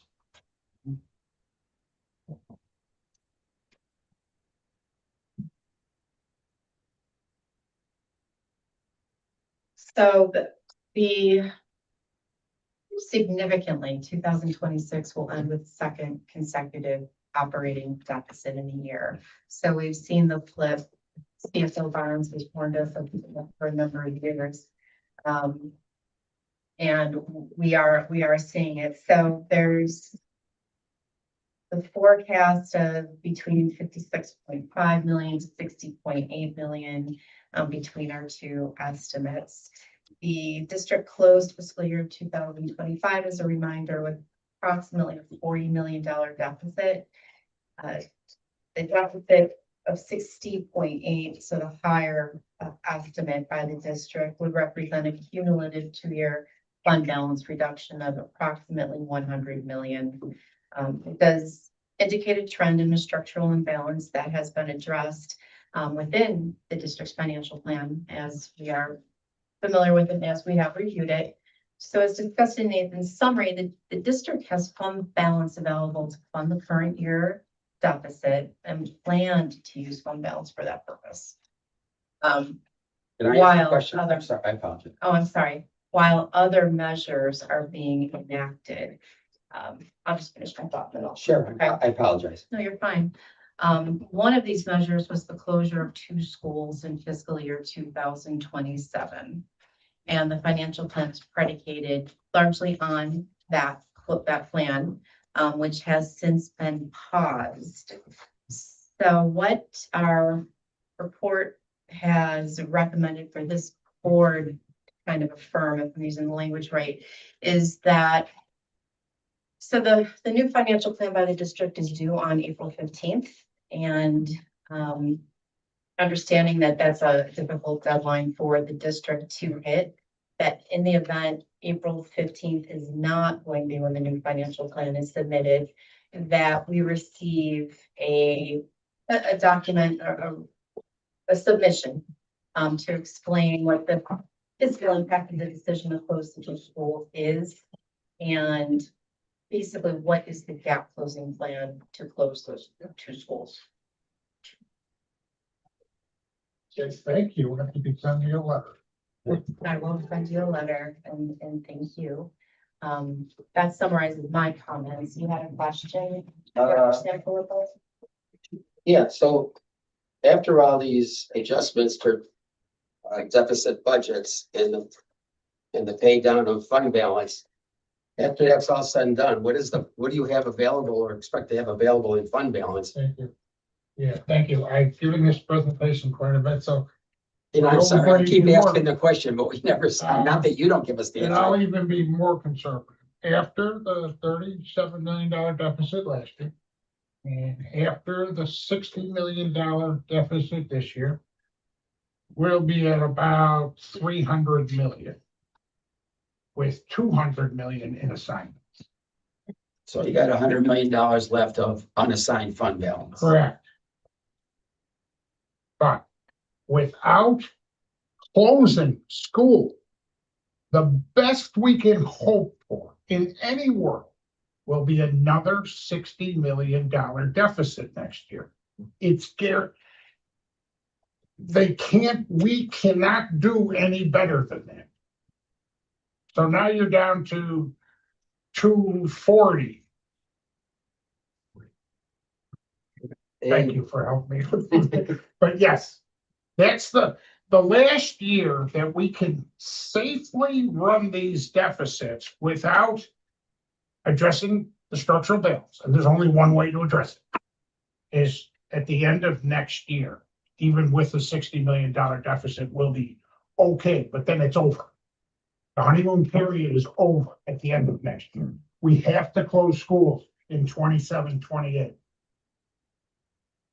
Jim, I'm gonna add, your slide, the information from your slide, so it's your information. Please do. At his projection, the district's projection at fiscal year end 27, 28 currently would be fund balance of 196.4 million with 200 million in assignments and 48 million that would be required to be held for, it's a quote unquote rainy day, but not officially rainy day. And that's a sign that's a conservative as well, but all that goes away at the end of next year and another $60 million deficit. I mean, all that conservatism and financial goes away. So then what? After it all goes away, Okay, then here's what would happen. we're just as bad of a position as the city is right now. Correct. Well, but it's even worse than that. You don't want to join our club.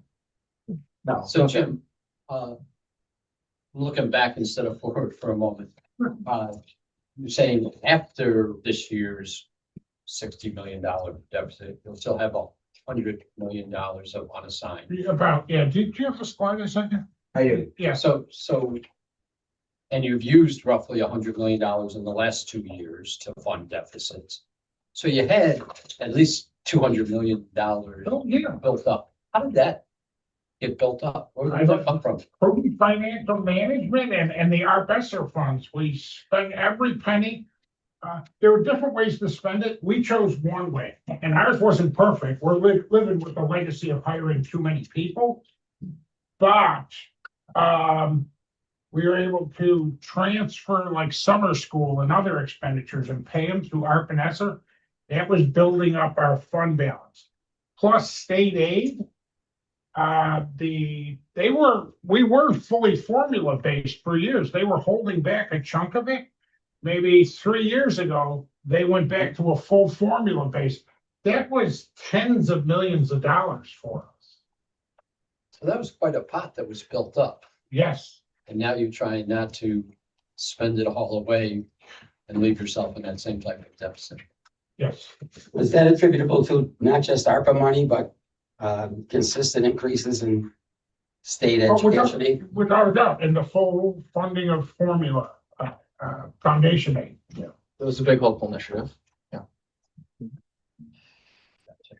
I guess the question, and I guess I'll ask it to you, Jeanette, is given this problem with the school district now running out of reserves, what impact is that going to have on the cash flow and the ability for both the city and the school district to be able to have a positive cash flow to pay their bills?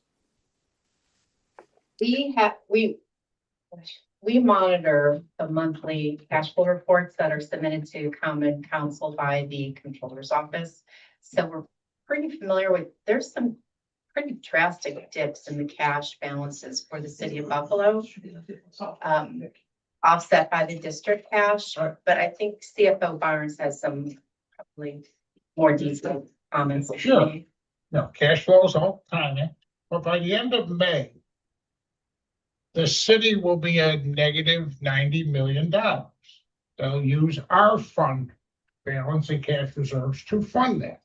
We view ourselves as a partner with the city. I'm just giving you the numbers.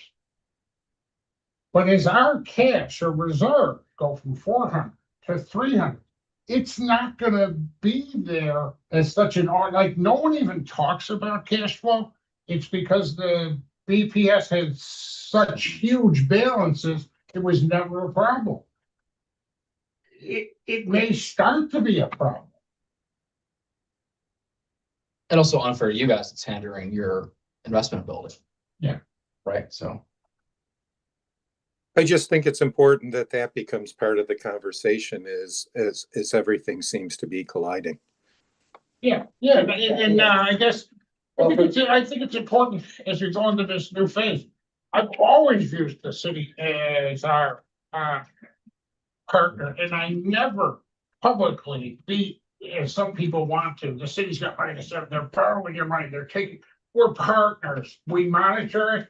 We know where things are going. So, but it's going to become more important as our cash goes down.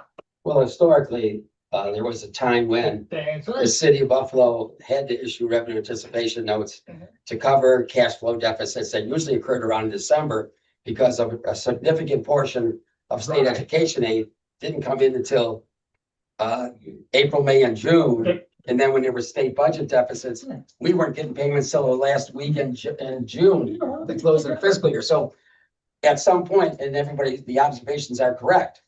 You know, obviously you've had surplus, cash on hand. That's gonna certainly be eliminated, where the city will have to start issuing short-term borrowing for cash flow. We're in it together. Yeah, I think for many municipalities, pre-COVID, Well, yeah, we're doing RANs on the right. Even the county, Yeah. was doing RANs after to make It was that expected. pension payment. It was built in. Yeah, it was built in. is it possible? Oh, I'm sorry. Are we Go done ahead. talking about this particular topic? Because I wanted to get into a little bit about charter school expenditures. Sure. Go ahead, Randy. Who actually oversees or controls or holds accountable charter school spending? Here, someone in my office called Kim German. People like to talk about and get their charter information from everyone except for the expert. It's Kim German. Okay. Now, can I just? Yeah. Aside from individuals, I'm just saying, like, are they gotta report to the school district about their teacher contract negotiations of fringe benefits or their teaching expenditures? Yeah, Like no, if they're complying with that's great. laws, and so forth. And my next question would be to the control board. Does the legislation, consider charter schools a reporting entity to us? They have to provide documentation on how their budgets are being prepared and whether they're running deficits and so forth. So that's, like I said, it's a general question. I don't know who oversees charter school spending. I don't know if they should be a reporting entity to the control board. But I would seem to think that without some controls, I mean, you guys are just being billed and just writing checks It's worse. without accountability. So I'm gonna give you an example. I'm sorry. No, thank you. Correct. We get funded for the charter school students through Foundation Aid. Absolutely true. The mechanics of it are. Charters will submit their rosters every 2 months to us, along with their special ed students, and the IEPs they receive. We pay them a basic rate, which is basically the foundation aid divided by the number of pupils for basic education. Now, is that based on, the state ed requirements of how much to be spent on special ed? Yes, yes. And then they receive an extra amount for the special ed. In total, that number will be $200 million that we pass through of our foundation aid, including $12 to $14 million in special ed charges. We check the invoices, and basically what you're doing is checking the addresses and if these kids are attending. We find discrepancies, blah, blah, blah. We fight them. They just refuse to pay. Worst case, here is the absolute, it just happened, it's ongoing. We get what's called an IDEA. It's a federal grant to districts to provide special ed services. All you have to do is spend it on special ed services. The charter school is now saying, in addition to those basic and special ed amounts, we're entitled to a chunk of your IDEA grants. We call the IDEA people? No, they're not. Okay, I get that right. We explain it 10 other ways. Charter schools ignore us. They file what's called an intercept with the charter school office of New York State. And now they're allowing them to directly take our IDEA grant money by reducing our state aid by that amount. There's nothing we can do about it. This is the one thing I lobby the legislators for. No one's been willing or able to do anything, but it's blatantly double dipping in a misuse of public funds. That was my last sentence to them. They told me to stop getting. No, you're stealing our money. And taxpayers. Yeah, sorry, the charter. Yep. Now, who has audit authority over them for like compliance with? Is that the state comptroller, or does that, do they have outside public accounting firms Yes, and they have to. individually? Yeah. Or just one? Good question. They can do individually. About 11 of them go with, I know the CPA's name. I can't remember her phone. Don't worry about it. Yeah. Okay. We look at that stuff, Jeanette? No, we don't. Should they be a reporting entity to the control board? Charter schools, Yes. I don't believe there's a way to scope them in. Rich, would I you? agree, they're independent. I'm sorry, and I should have prefaced my remarks for, I am in full favor of school choice. And then rip them apart. Is there legislation that we should ask that be amended? the control board legislation to include charter schools? I mean, because when the control board was first implemented, I don't know how many charter schools there were even in existence. Very few, yeah. I mean, it's like an independent government agency. No doubt. And it doesn't have to be accountable to any oversight. That's Each what of I, them are independent from each other, right? Correct. yeah, and that's what I'm concerned about, accountability.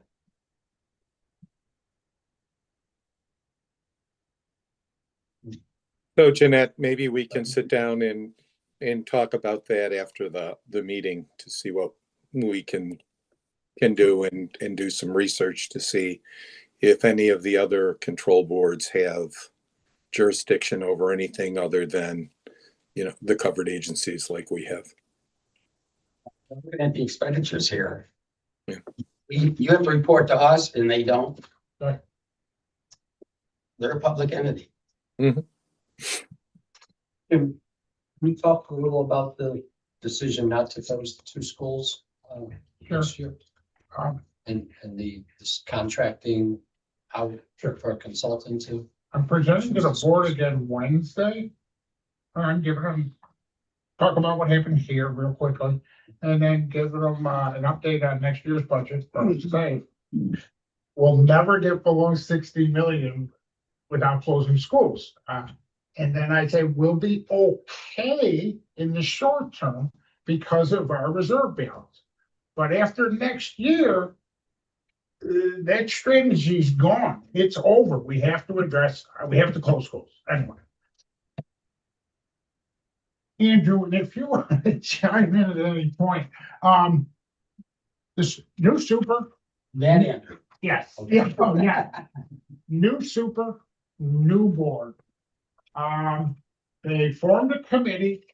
The data's black and white. It's startling. We have 10 or 15 schools that have been in a failing state in terms of how the state measures them for over 10 years. They have 200 kids or less. So you don't need a master's degree to pick the schools.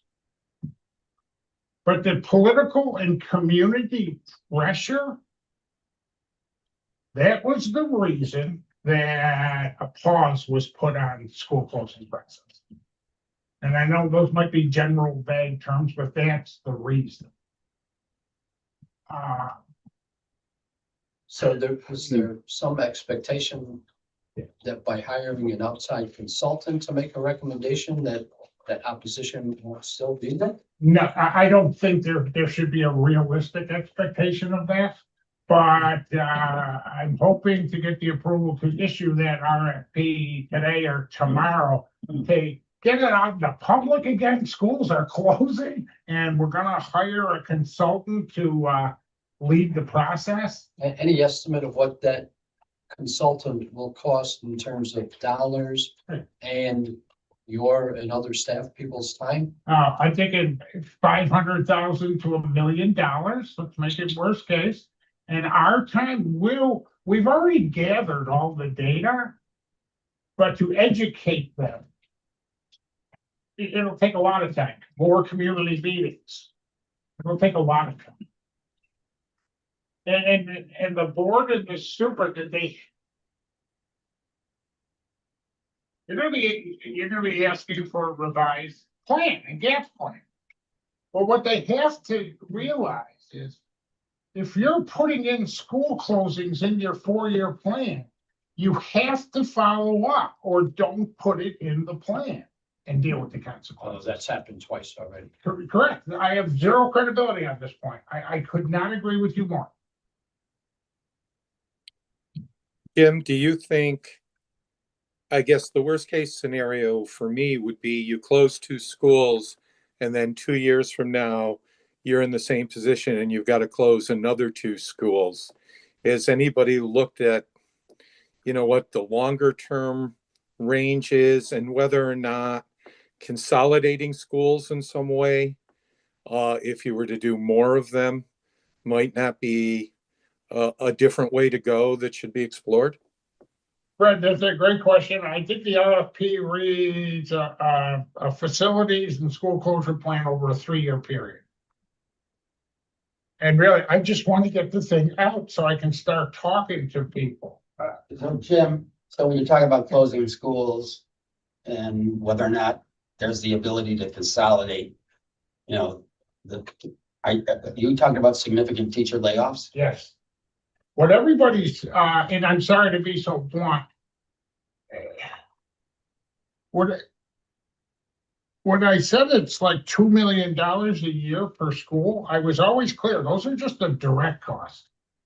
You get rid of the principal, the assistant principal, clerk, security guards, the engineers, and about $500,000 per school in maintenance costs. But what really happened. Is there savings on bus transportation? Yeah, I'll get to Oh, I'm that, sorry, I yeah. apologize. So, but say a school has 40 classrooms with 10 kids in each classroom.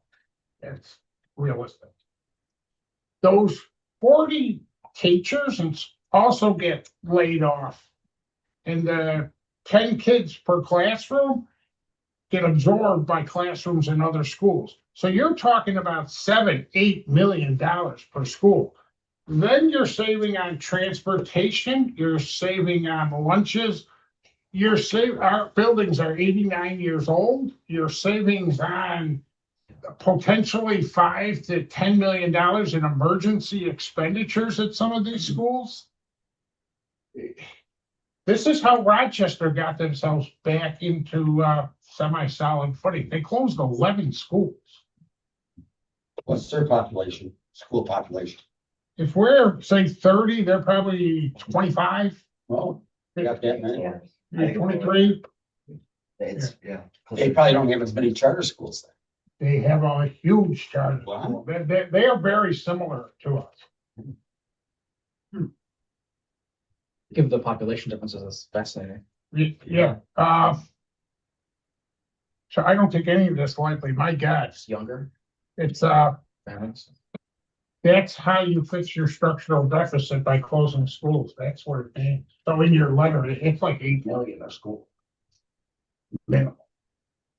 Jim, just a point of clarification too, that what you can confirm this, when the schools close, they're not transferred back to the city, they're mothballed. They're still, BPS. Well, that's a decision, and that's part of the decision that squandered the last time.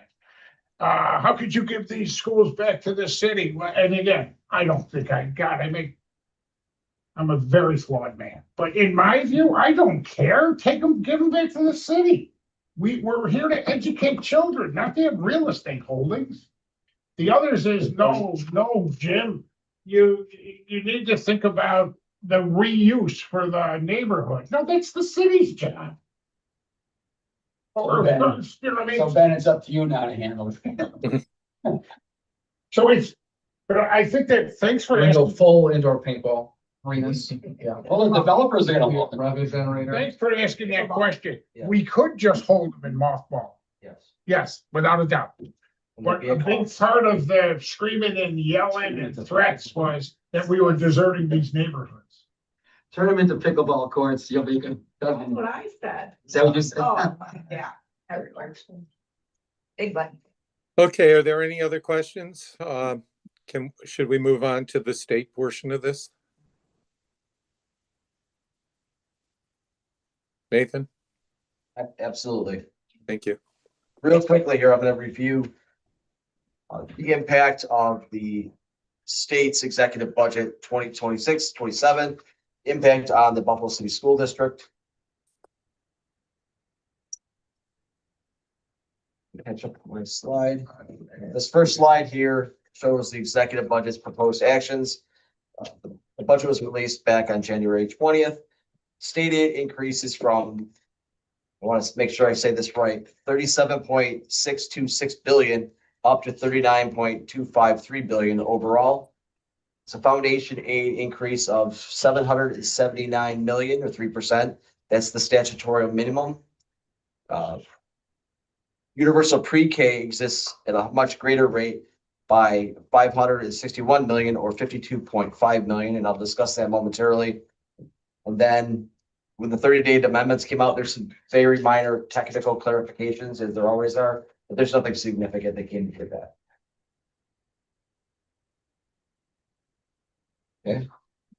Proposed executive budget actions, universal free school lunches.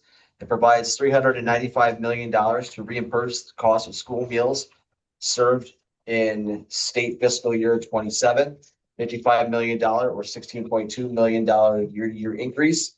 This continues the implementation of the universal free school meals program that was enacted in state fiscal year 2026.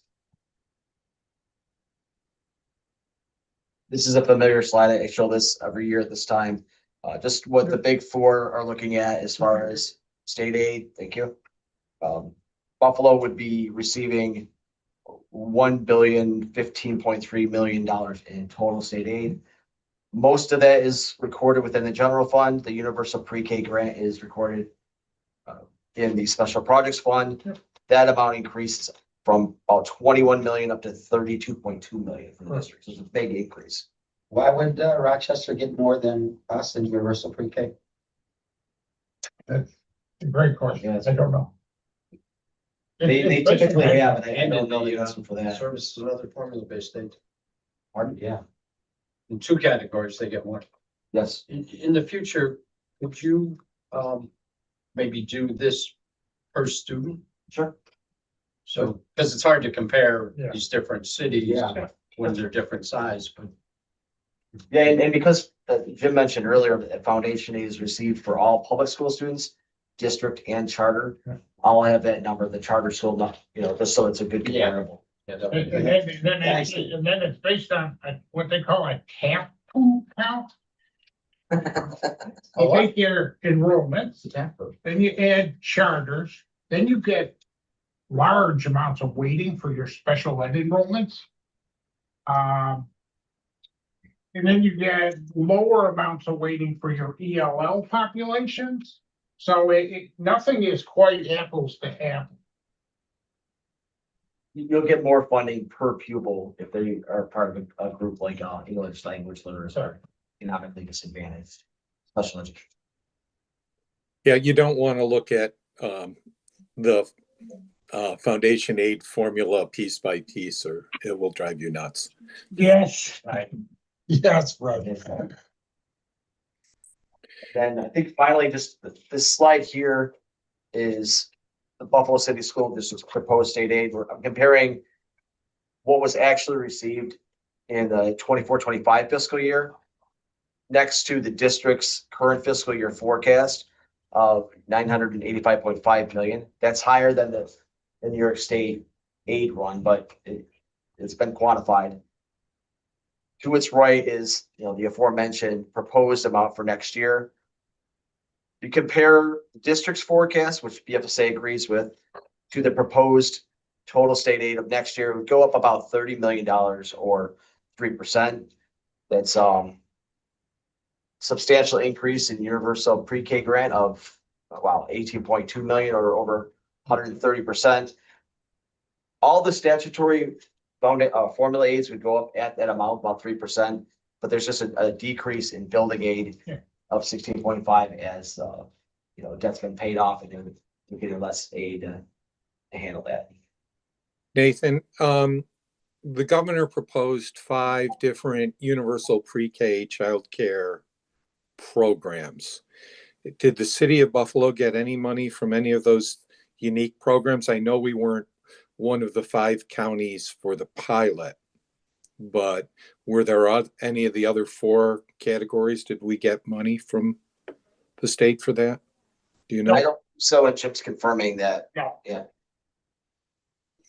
Because I think one of the things that, Jim, we might need to talk about is part of the proposal in the governor's plan, if it goes through in the budget, is to start to train childcare workers who are not certified now to be certified and to bring them into, for lack of a better term, a public school or a public space, so that we still have the folks who are maybe doing childcare in their homes now get training to be able to be better childcare specialists.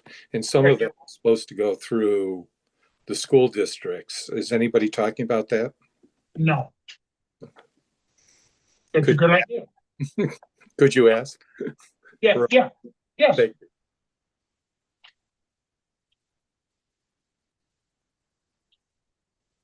Okay, Nathan, I have no further comments. Thank you for are there the- any other questions on the school district? Anything for the school district? Secretary Floss, I would just ask if we could have the board of directors affirm the recommendation regarding the gap plan for the closure of schools for the school district. Thank you. Thank you. So can I have a motion to accept the gap plan on the closure of schools for the Buffalo Public School System? Make the motion. Thank you. Is there a second? I'll second. Okay. Is there any further discussion? Jeanette, would you like to say anything? I will gladly work with Jim in terms of getting what we need, and I appreciate your support as always and Oh, you guys are, your hard work. you're great. Likewise. Thank you.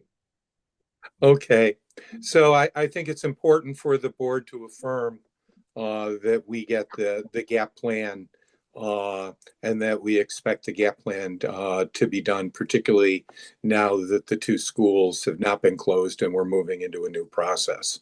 So any other discussion? Seeing none, all those in favor of the motion say aye. Aye. Opposed? It passes. Thank you, everybody. We'll now move on to the Bureau, Buffalo Urban Renewal Agency. Today's meeting agenda includes an update on federal stimulus spending. This is deferred to our next board meeting. The individual who intended to be at the meeting today requested to reschedule it due to a medical reason. We will review the second quarter report, though, for Borough. The BFSA staff report on this item is provided under tab 6. Bryce, can you give us your report? Absolutely. All right. So first chart we have here is just a summary of the year 51 program funds.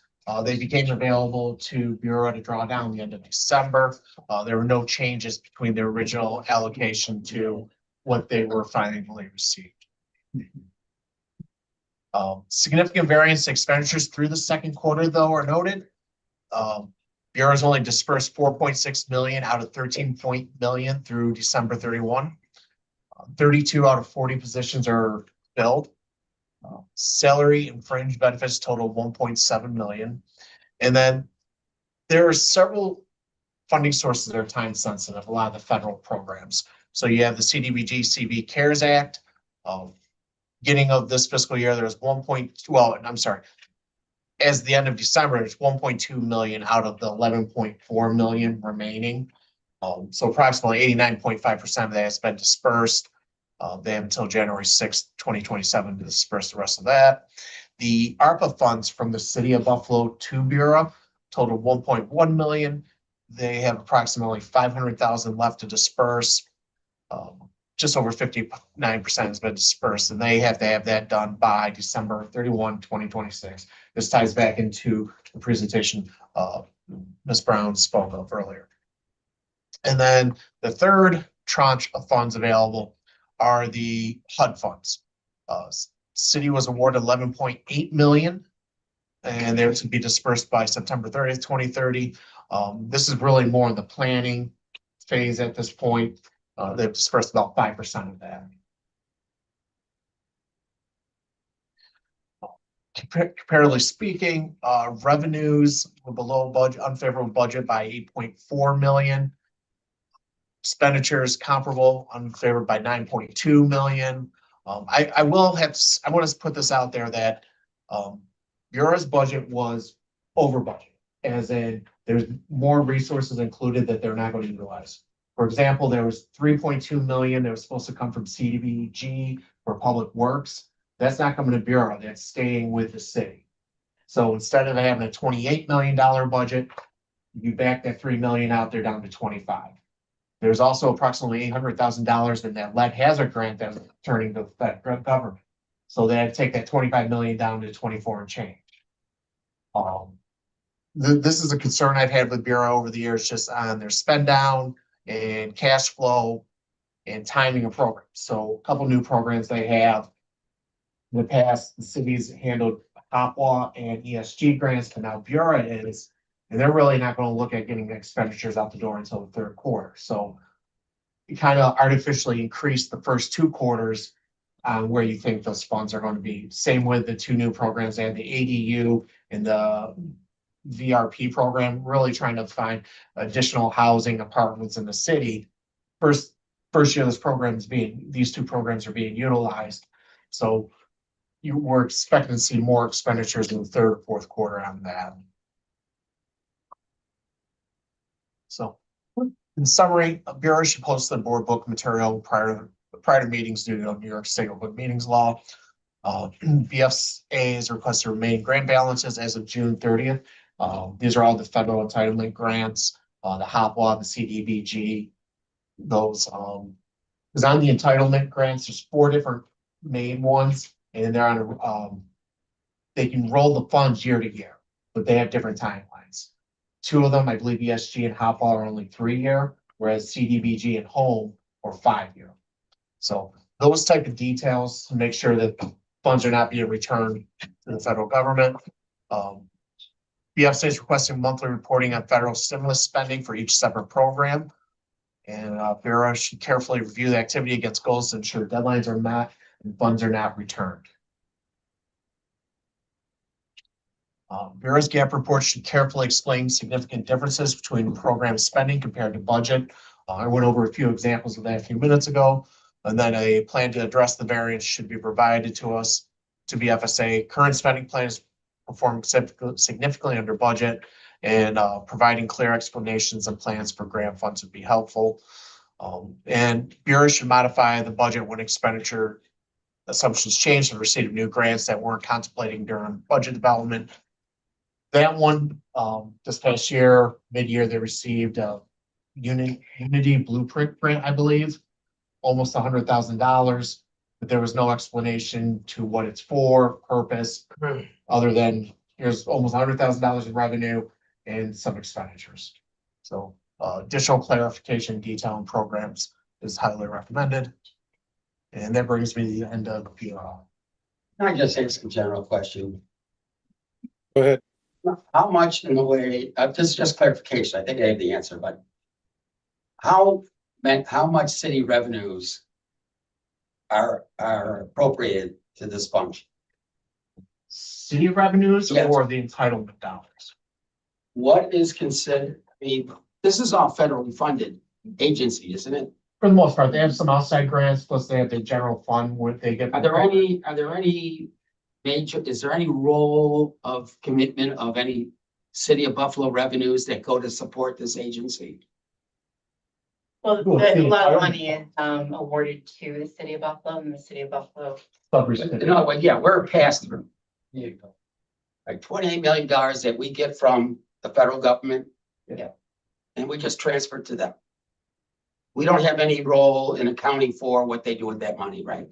Well, So they're there's, covered. yeah, governance stuff, right? So board seats and things like that. You know, their structures heavily relying on. Well, you know where I'm going with this. I mean, should we even be responsible for the operation of this entity and then not have a responsibility to oversee charter schools? I mean, this isn't I'm just trying to make a comparison that here's an agency, operates independently. They don't have any expenditures that are tied to the city's general fund budget or any other T&A accounts or anything, any of that nature. And at the same time, you know, we act as a pass through, we don't have any oversight over really the accountability of how they spend their money. But at the same time, we don't have access to overseeing what's being spent in charter schools. I mean, should we be thinking about perhaps this entity has been in place since 2003. Is there a way we can start looking at amending the legislation creating this authority to be more adaptable to what we actually need to be looking at as far as our responsibilities. To me, this is a complete waste of time as far as I'm concerned. I mean, we have no really influence, or we don't really have a responsibility to correct or other than weigh in on, you know, what we think they can be doing, but we have no control over it. So I'm just thinking, generally speaking, you know, this isn't about, I mean, you do great quality work. I think it's a waste of time. You know, there's federal agencies that should be looking at these people, not us.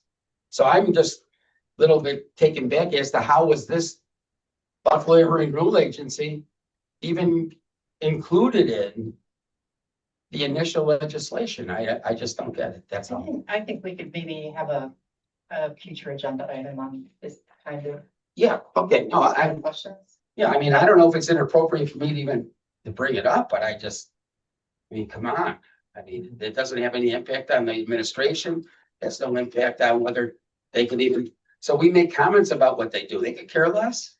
I'm not saying they do, but I just don't think it's an appropriate, I don't think it's an appropriate, oversight for us because we have no influence over it, or we have nothing to say about it. I'm sorry, that's it's a personal. It's perfectly fine, Andy.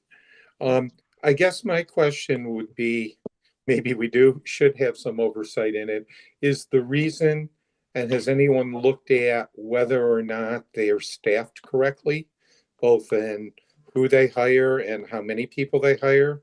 Because it seems like they don't have enough bodies to do the work that they're being told they need to do so that we don't have to give money back. And we saw that with the lead, the water. Well, I'm just thinking that the overseeing agency is at the federal level and not us. To be making those concerns. I think well, yeah, the overseeing agency, a lot of times they're looking at things retroactively. So the transactions already happened, the program's already closed. But yeah, no, I think we can have it. I think they should be deleted from our legislation, and this is ridiculous. And I that's, don't think BURA is in our legislation. I think that was go in, well. Because it's an enterprise fund of the. I have to go back to see why the board decided to bring that in as a non-exempt covered organization, like. they brought that in But I because think they wanted to control the management of the city of Buffalo, top to bottom. Well, a lot The of funding politics back of then two was. thousand three, it was implemented because you had the private sector wanting to control the city of Buffalo. Simple as that, and everything around it. I was there when they implemented it. And I understand what was going on between the Buffalo Niagara partnership, trying to take ownership of the, after they settled police and fire contracts. Never mind, I don't mean to rant. However, it was a political decision. It was made in Albany based on the influence of Bob Wilmers from M&T Bank and the Buffalo Niagara partnership to take control over this entity, because the original legislation only proposed 7 members, and that wasn't good enough for them. So they went back to Governor Pataki and went back and said, listen, we have no control over the board. We need the governor to have at least 5 appointments. And then the rest by the assembly, the controller, the mayor, and then the county executive. And it was to control everything that was being done in the city. That's how they got included. But I apologize. I just don't think, I think it's a waste of time. I don't think we have any bearing to be looking at them. If there isn't federal agencies that have the oversight responsibilities, that's where it belongs. Thank you, Andy. I think Any other might discussion? We have one last item. Would be, would the newly created parking authority kind of fit into this similar idea as being, you know, a public benefit corporation that has its own bylaws and corporation board that is considered sort of a, you know, enterprise fund of the city? Is that going to be under the BFSA's, you know, oversight in a similar manner, because I think that's, passion aside, I think that's where Andy's is going with this, right? Is I think I've been pondering that very question. Well, Rich, being very similar, and I think it's a worthwhile question because we do often sit here talking about borough in a way that we're identifying areas of concern, and then the ultimate answer is, well, there's really nothing we can do. Rich, We're both making the same point. Yeah. And that is that we should revisit our Yeah, purpose and our mission. And sure. Yeah, I just see the Maybe- parallel now going forward is, does the parking authority, fall under something similarly where it's gonna be, one of these sections where we're discussing it, and then ultimately it's like, well, they have their own board, they make their own decisions, they're not really answerable to the BFSA, certainly based on, issues with borough. I don't think the BFSA would ever really consider a control period because of borough, right? Which would be the hammer that this board would theoretically have for other reasons. So I think it's a valid thing for us maybe to do some research and ponder going forward as, these new areas come over, because certainly the more time we spend on agencies that we can't meaningfully influence, the less time we have for the agencies that we can be. Thanks, Well, Mayor. I think about all the money we're gonna anticipate spending for other fees could be applied towards Mr. Grimm over here to start reviewing the legislation as it was originally passed and see what amendments or modifications we can make to that original legislation. It's been over 23 years. That's update. But anyway. The one thing I guess I would just caution is, do we open up Pandora's box where we take everything in the city budget and turn it over into something else? I think that's happened in places like Chicago and Detroit with really bad impacts on their citizens and their communities. So I would just hope as we look at it as in its totality and what the unintended consequences might be. Yeah, maybe you just approve it as like a consent agenda, but you don't review it at the board meeting. You still have your analysts look at it. That's good. Anything else? Our final agenda item before our executive session is the review of the second quarter report of the Buffalo Municipal Housing Authority. The BFSA staff report on this item is in tab 7 of your board book. Nathan, will you give us your report? Thank you again, and good afternoon again. I'll briefly summarize Buffalo Municipal Housing Authority's second quarter financial results and other analysis of that. This first slide here is a consolidated summary of total revenues and expenditures and the net operating loss. BMHA operates 4 budgets, which are consolidated into one. They operate essentially like strategic business units. This is all 4 combined. At the end of the second quarter, there was $100,000 in net operating income. It was unfavorable by $600,000 as revenues were favorable and expenses were unfavorable by a greater amount. And I'll break that down a little bit more in a second. So the Q2 2026 was unfavorable as compared to the budget to date amount. Okay, so consolidated revenues overall were favorable by about $500,000. This is driven by Section 8 voucher grants and the HUD operating subsidy. HUD operating subsidy is recorded exclusively within the AMP budget. Section 8 voucher grants are, of course, recorded exclusively in the Section 8 budget. Looking at expenses were $1.1 million greater than the budget to date. This was driven almost exclusively by maintenance expenses, which were higher than budget. And when I show the AMP breakdown, you'll see that there. Next slide shows staffing on both the employee division and employee unit basis. there were 30 vacant positions as of the end of, or at mid-year. It was almost a 20% vacancy rate. It's a little bit higher than their historic amount, but not crazy higher. It's within the range of that you typically see. But Nathan, given the ones that they've taken offline, is this larger in the total number of vacancies? Are we comparing apples to apples from the past? And it's actually smaller. The MHA employees are a lot smaller amount because a lot of it's contracted out. So in actual people, it's fewer. Mostly within asset management. Well, you got over 25% of vacancies in the blue collar union. Yes. Is that, could that be a result or a problem with the service delivery on some of these housing units that don't have heat or water, or the ceilings are leaking and, Well, that's asset management and capital improvements.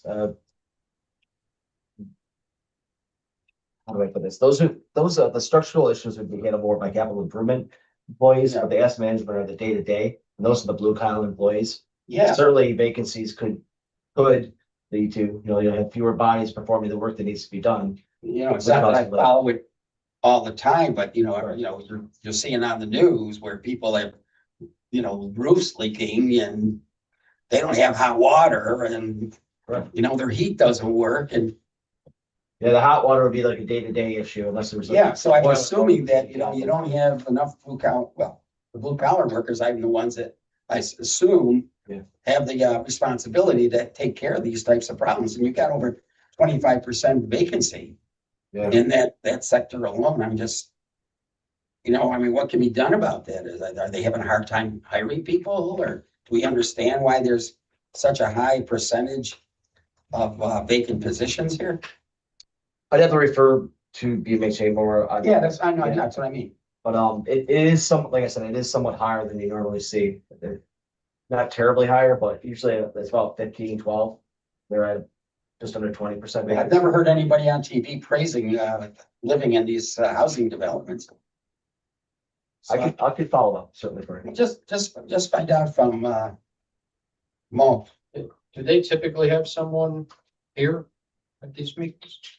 Yeah, Mo Candelario and then the other gentleman. The executive director is Gillian Brown, and Yeah. the assistant executive director is Modesto Candelario. Yeah. They sometimes attend and sometimes do not. But we could ask them to attend at the next meeting if the directors wanted that to happen. Yeah, Modesto's retiring. Yeah, and Gil had a very serious motor vehicle accident. Yeah. Over a year ago at this point. I'm sorry, he's a little mobility challenge, I believe.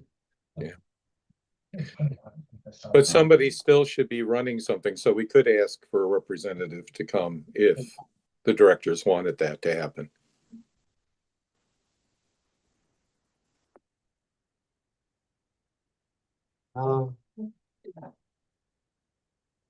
Just move along quickly here. I have the AMP budget up there. AMP is it's net even with budget to date. There's greater revenues, the operating subsidy, those are the federal funds that come from HUD.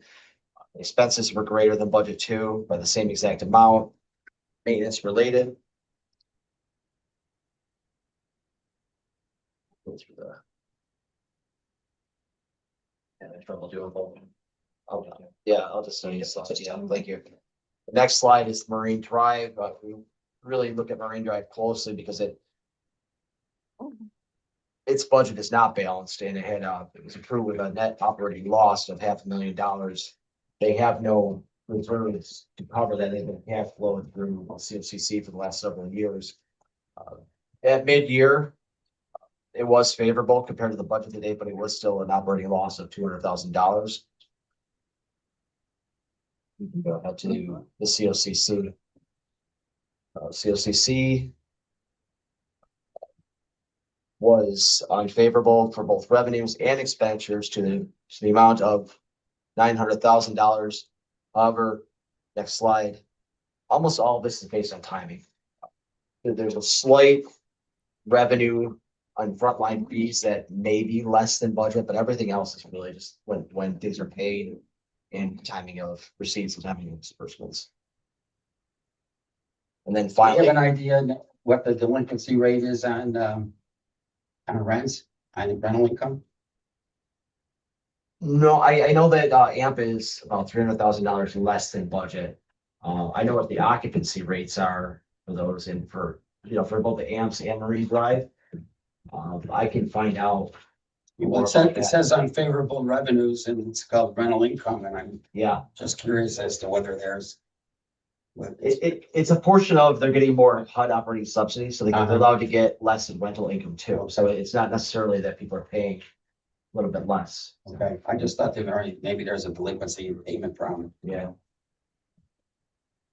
And then section 8, this is the pass-through budget. Get there. When revenues are greater than budget, expenses are going to be greater than budget because they're receiving more federal funds and they're passing those federal funds out to recipients. So both revenues and expenses will match each other for this one. It self-balances. That concludes my overview of UMHA's second quarter results. Any additional questions? Seeing none, is there any new business? Hearing none. This concludes the business portion of our meeting. I'll now open the floor to anyone from the public who'd like to address the board on any matter we discussed today. Is there anybody online or in person? Chair Plus, we received no comments in the info box and there's nobody within the Zoom waiting. No Well, request. great. Well, thank you, everybody, for holding in here. I know this was a 3.5-hour meeting, so I applaud you for helping. And I think this was actually one of our better meetings. I think we've done a lot of good discussions today. So this concludes this meeting of the Buffalo Fiscal Stability Authority. Is there a motion to adjourn? I'll move. Second. All those in favor say aye. Aye. We are adjourned. Thank you, everybody, for all of this. Thank you. Was that? Yep.